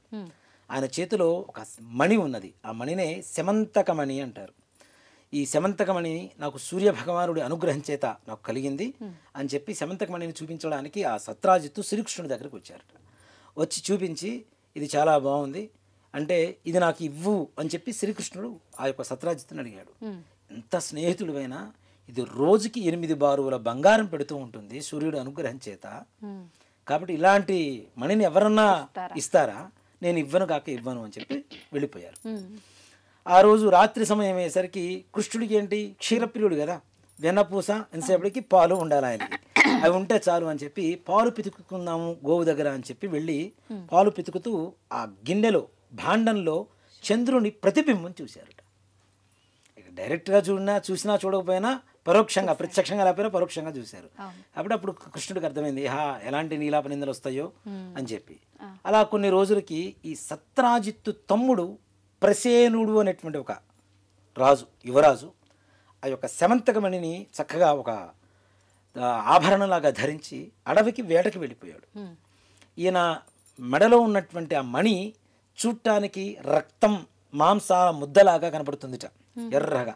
అది చూసినటువంటి ఒక సింహం ఏం చేసింది, ఈయన మీద దునిమి ఈయన మొత్తం సంహరించి అది పట్టుకొని ఆ మణిని పట్టుకొని వెళ్ళిపోతున్న సమయంలో భల్లూకం అంటే ఎలుగుబంటు అంటాం మనం కదా, జాంబవంతుడు అనేటువంటి ఒక భల్లూకం ఈ సింహం దగ్గర ఉన్నటువంటి మణిని చూసి సింహాన్ని సంహరించి ఆ యొక్క మణిని తీసుకొని వెళ్ళి చక్కగా తమ కుమార్తెకి ఆట వస్తువుగా ఇచ్చారట.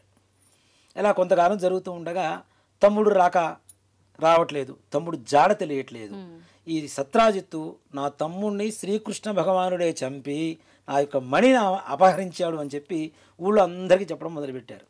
అది విన్నటువంటి శ్రీకృష్ణుడు ఆ రోజు నేను ఆ చంద్రుని చుట్టం వల్లనే నాకు ఇట్టి శాపం వచ్చింది, లీలాపనిందులు వచ్చినాయి, వీటిని నేనే బాపుకోవాలి అని చెప్పి ఆ ప్రసేనుడు వెళ్ళినటువంటి అడవి మార్గం ద్వారా వెళుతూ ఉంటే కొంత దూరం ప్రయాణం చేసేసరికి ప్రసేనుడి కళేవరం అస్థిపంజరం కనబడింది.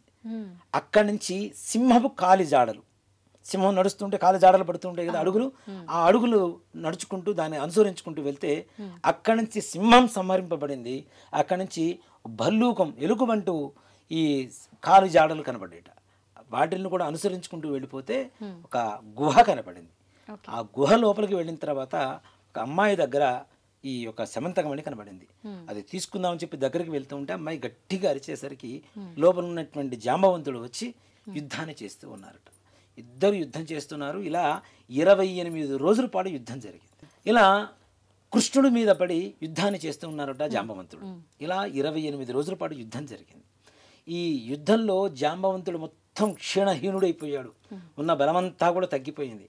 అప్పుడు ఈ యొక్క జాంబవంతుడు కనిపించింది, నాయనా నువ్వు ఎవరో కాదు, నా శ్రీరామచంద్రమూర్తివే, త్రేతాయుగంలో నా మీద ఉన్నటువంటి ప్రేమ వాత్సల్యాలతో ఏదైనా ఒక వరం కోరుకో అంటే నీతో ద్వంద్వ యుద్ధం చేయాలని చెప్పి అప్పట్లో వరం కోరుకున్నాను. అది కాలక్రమేపీ జరుగుతుందని చెప్పి మీరు అప్పుడు వరం ఇచ్చారు. ఇన్ని రోజులు యుద్ధం చేశాను అంటే మీరు సాక్షాత్ నా శ్రీరామచంద్రమూర్తి అని చెప్పి నేను ఎరింగితిని, కాబట్టి నన్ను రక్షించు నాథ అని చెప్పి ప్రార్థిస్తే ఆ యొక్క ప్రేమతో ఆ శ్రీకృష్ణ భగవానుడు ఆయన యొక్క శరీరానంతా కూడా అలా నిమిరారుట. ఆయనకు ఉండేటువంటి గాయాలన్నీ కూడా తగ్గిపోయి మరలా శక్తివంతుడయ్యాడు. అప్పుడు జాంబవంతుడు ఎందుకోసం వచ్చారు ఏమిటి అంటే ఇలా జరిగింది అని చెప్పి ఆ వృత్తాంతం అంతా కూడా చెప్పిన తర్వాత ఆ యొక్క శమంతకమణినే కాకుండా ఆయన కుమార్తె అయినటువంటి జాంబవతిని కూడా ఆయనకి ఇచ్చి పంపించి వేశారు. తర్వాత సత్రాజిత్ దగ్గరికి వెళ్ళి ఆయన నేను ఇలా అపహరించలేదు, జరిగిందంతా ఇది, ఈ ప్రసేనుడు ఇలా అయ్యాడు, ఇక్కడి నుంచి దొరికింది ఈ శమంతకమణి ఇదిగో తీసుకొని చెప్పి ఆయన చేతికి ఇస్తూ ఉంటే ఆ యొక్క సత్రాజిత్తు నేను చాలా పొరపడ్డాను, నీ మీద నీలాప నిందలు వేశాను, నన్ను క్షమించండి అని చెప్పి ఆయన కుమార్తె అయినటువంటి సత్యభామతో సహా మణితో సహా ఆయనకిచ్చి వివాహం చేశారుట. అంతటా ఆ శ్రీకృష్ణుడు ఉన్నటువంటి నీలాప నిందలను కూడా బాపుకున్నారు. ఈ మహర్షులు దేవతలందరూ కూడా మరలా ఆయన దగ్గరికి వెళ్ళి శ్రీకృష్ణుడి దగ్గరికి నువ్వు అన్నీ తెలిసిన వాడివి కాబట్టి నువ్వు ఈ నీలాప నిందలు నియంత్రణ నువ్వు బాపుకున్నావు.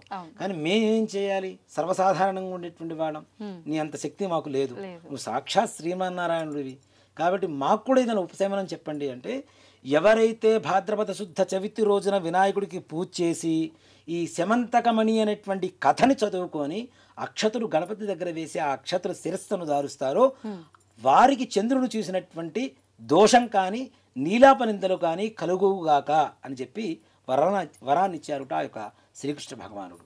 ఈ విధంగా వినాయక చవితి రోజున శమంతకమణి వ్రత కథను చదువుకున్న విన్న సకల దోషాలు పోతాయి. కాబట్టి అందులో ఇంకోటి ఏంటంటే, ఎవరైతే మానసికమైనటువంటి అస్థిమితత ఎక్కువగా బాధలు పడుతున్నారో అలాంటి వారు ఈ శమంతకమణి కథని వినడం చేత ఇక్కడ కేవలం ఎక్కువగా చంద్రుడితోనే ప్రధానంగా ఉంది. చంద్రుడు ఏమి ఇస్తాడు? మనకి మనశ్శాంతిని ఇస్తాడు. చంద్రమా మనసే జాతః అని శాస్త్రం చెప్తోంది. కాబట్టి చంద్రుడు అశాంతిని పోగొట్టి మనశ్శాంతిని ఇస్తాడు. కాబట్టి సకల విఘ్నాలు కూడా తొలగించేటువంటి విఘ్నేశ్వరుడికి ఆ యొక్క కథ చెప్పుకొని అక్షతలు వేసుకోవడం ద్వారా మానసికమైనటువంటి ప్రశాంతత, అలాగే మనం అనుకునేటువంటి సకల కార్యాలు దిగ్విజయంగా పూర్తి కావాలని కోరుకుందాం. స్కాందపురాణే రేవాఖండే శ్రీ వరసిద్ధి వ్రతకథాయాం సమాప్తః. ఏడుకొండలవాడ వెంకటరమణ గోవింద గోవింద. జయ బోలో గజానన్ మహారాజు కీ జై. హర నమః పార్వతీపతయే హర హర మహాదేవ హర. శ్రీ వరసిద్ధి వినాయక స్వామినే నమో నమః. అందరూ అక్షతలు వేయండి. అక్కడ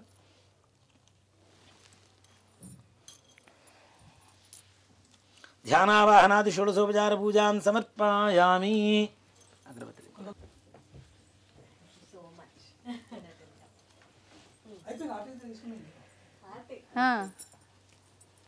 పైన వద్దు, పాదాల మీద ఆయన ఎత్తి చేయబెట్టకూడదు కదా. అయిపోయిందా శ్రీకాంత్? వనస్పత్యుర్హృదయేనానాగంధైస్మృతమాఘ్రేస్త్రవదేవానాం ధూపోయం ప్రదుష్యతాం. శ్రీ వరసిద్ధి వినాయక స్వామినే నమో నమః. ధూపమాఘ్రాపయామి. దీపారాధన నమస్కారం చేసుకోండమ్మా.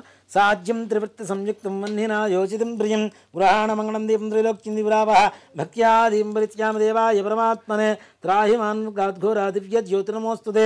సాక్షాత్ ప్రత్యక్ష దీపం దర్శయామి. కొద్దిగా నీళ్ళు అక్కడ చూపించేసి ప్లేట్లు వదిలిపెట్టేసాడు అమ్మా. ధూపదీపాంతరం శుద్ధ ఆచమనీయం సమర్పయామి. నైవేద్యం మీ వినాయక చవితి కూడా తినకూడదని పెట్టేస్తున్నారు ముందుగానే ఆయనకి అన్ని రకాలు. ముందు పెడితే గుర్తుంటుంది. వినాయక చవితికి ఆయన ఖాళీ ఉండాలి కడుపు, అలాంటిది ఖాళీ లేకుండా చేసేసారు పాపం ఆయనకి.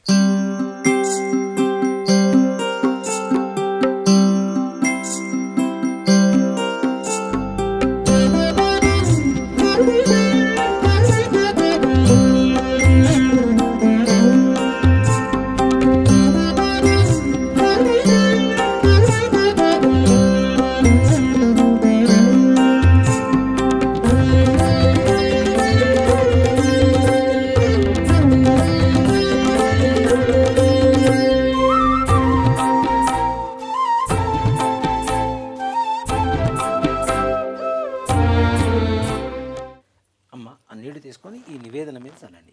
ఓం భూర్భువస్సువః ఓం తత్సవితుర్వరేణ్యం భర్గో దేవస్య ధీమహి ధియో యో నః ప్రచోదయాత్. ఇలా చుట్టూ తిప్పండి. సత్యం వర్త్యేన పరిషింత్యామి మృతమస్తోమృతోపస్తనమసి. శ్రీ వరసిద్ధి వినాయక స్వామినే నమః. భక్ష్యాన్ భౌష్యాన్ తోష్యాన్ లేహ్యాన్ మహానివేదనాన్ సమర్పయామి. ఓం ప్రాణాజస్వాహ ఓం అపానాజస్వాహ ఓం వ్యానాజస్వాహ ఓం ఉదానాజస్వాహ ఓం సమానాజస్వాహ. 6 సార్లు అట్లా నీళ్లు చూపించేసి ప్లేట్ వదిలిపెట్టేసేయండి అమ్మ. మధ్యే మధ్యే ఉదకమానిం సమర్పయామి. అమృతాభిధానమసి. ఉత్తరాభోజనం సమర్పయామి. హస్తో ప్రక్షాళయామి. పాదో ప్రక్షాళయామి. శుద్ధ ఆచమనీయం సమర్పయామి. తాంబూలం ఫూగీఫలైశ్చ కర్పూరైర్నాగవల్లి దళైర్యుతం ముక్తాచూర్ణ సమాయుక్తం తాంబూలం ప్రతిగృహ్యతాం. తాంబూలం సమర్పయామి. తాంబూల ఆచరణానంతరం శుద్ధ ఆచమనీయం సమర్పయామి. మరలా నీళ్ళు చూపించేసి ప్లేట్ వదిలిపెట్టేసేయండి. కర్పూర ఆనందమంగళ నీరాజనం.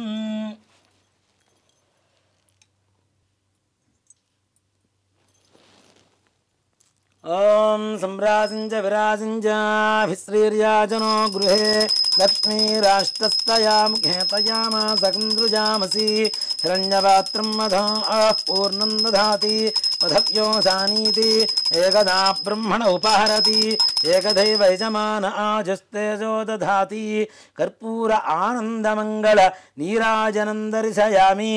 నీళ్లు అలా చూపించేసి ప్లేట్ వదిలిపెట్టేసేయండి. నీరాజనానంతరం శుద్ధ ఆచమనీయం సమర్పయామి నమస్కరోమి. జై శ్రీమద్రమారమణ గోవింద. దివ్య సువర్ణ మంత్ర పుష్పాంజలిం సమర్పయామి. విశ్వేశాయ నమో నమః.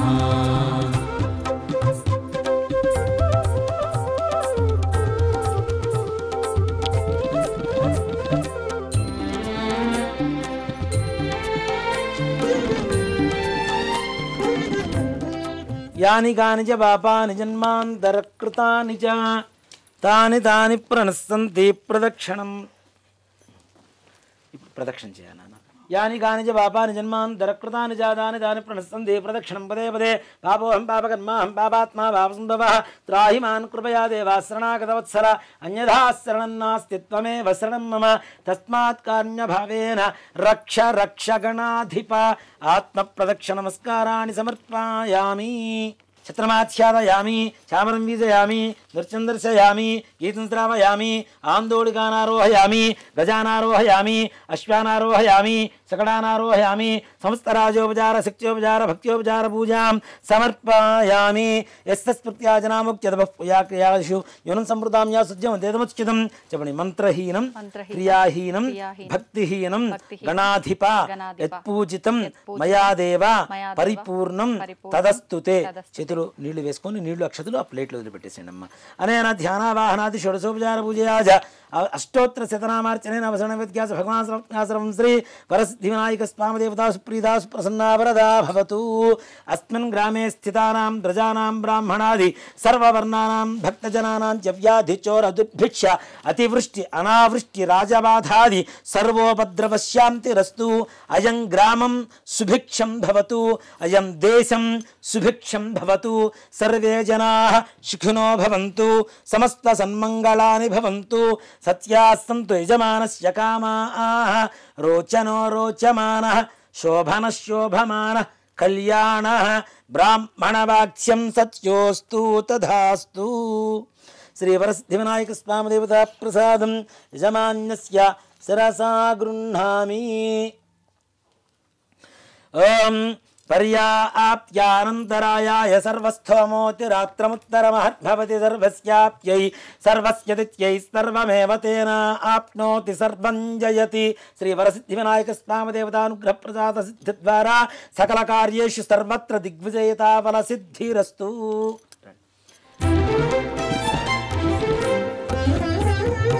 అనంత విభవాయైవ పరేషాం పరరూపిణి. అనంత విభవాయైవ పరేషాం పరరూపిణి. శివపుత్రాయ దేవాయ గుహాగ్రజాయ తే నమః.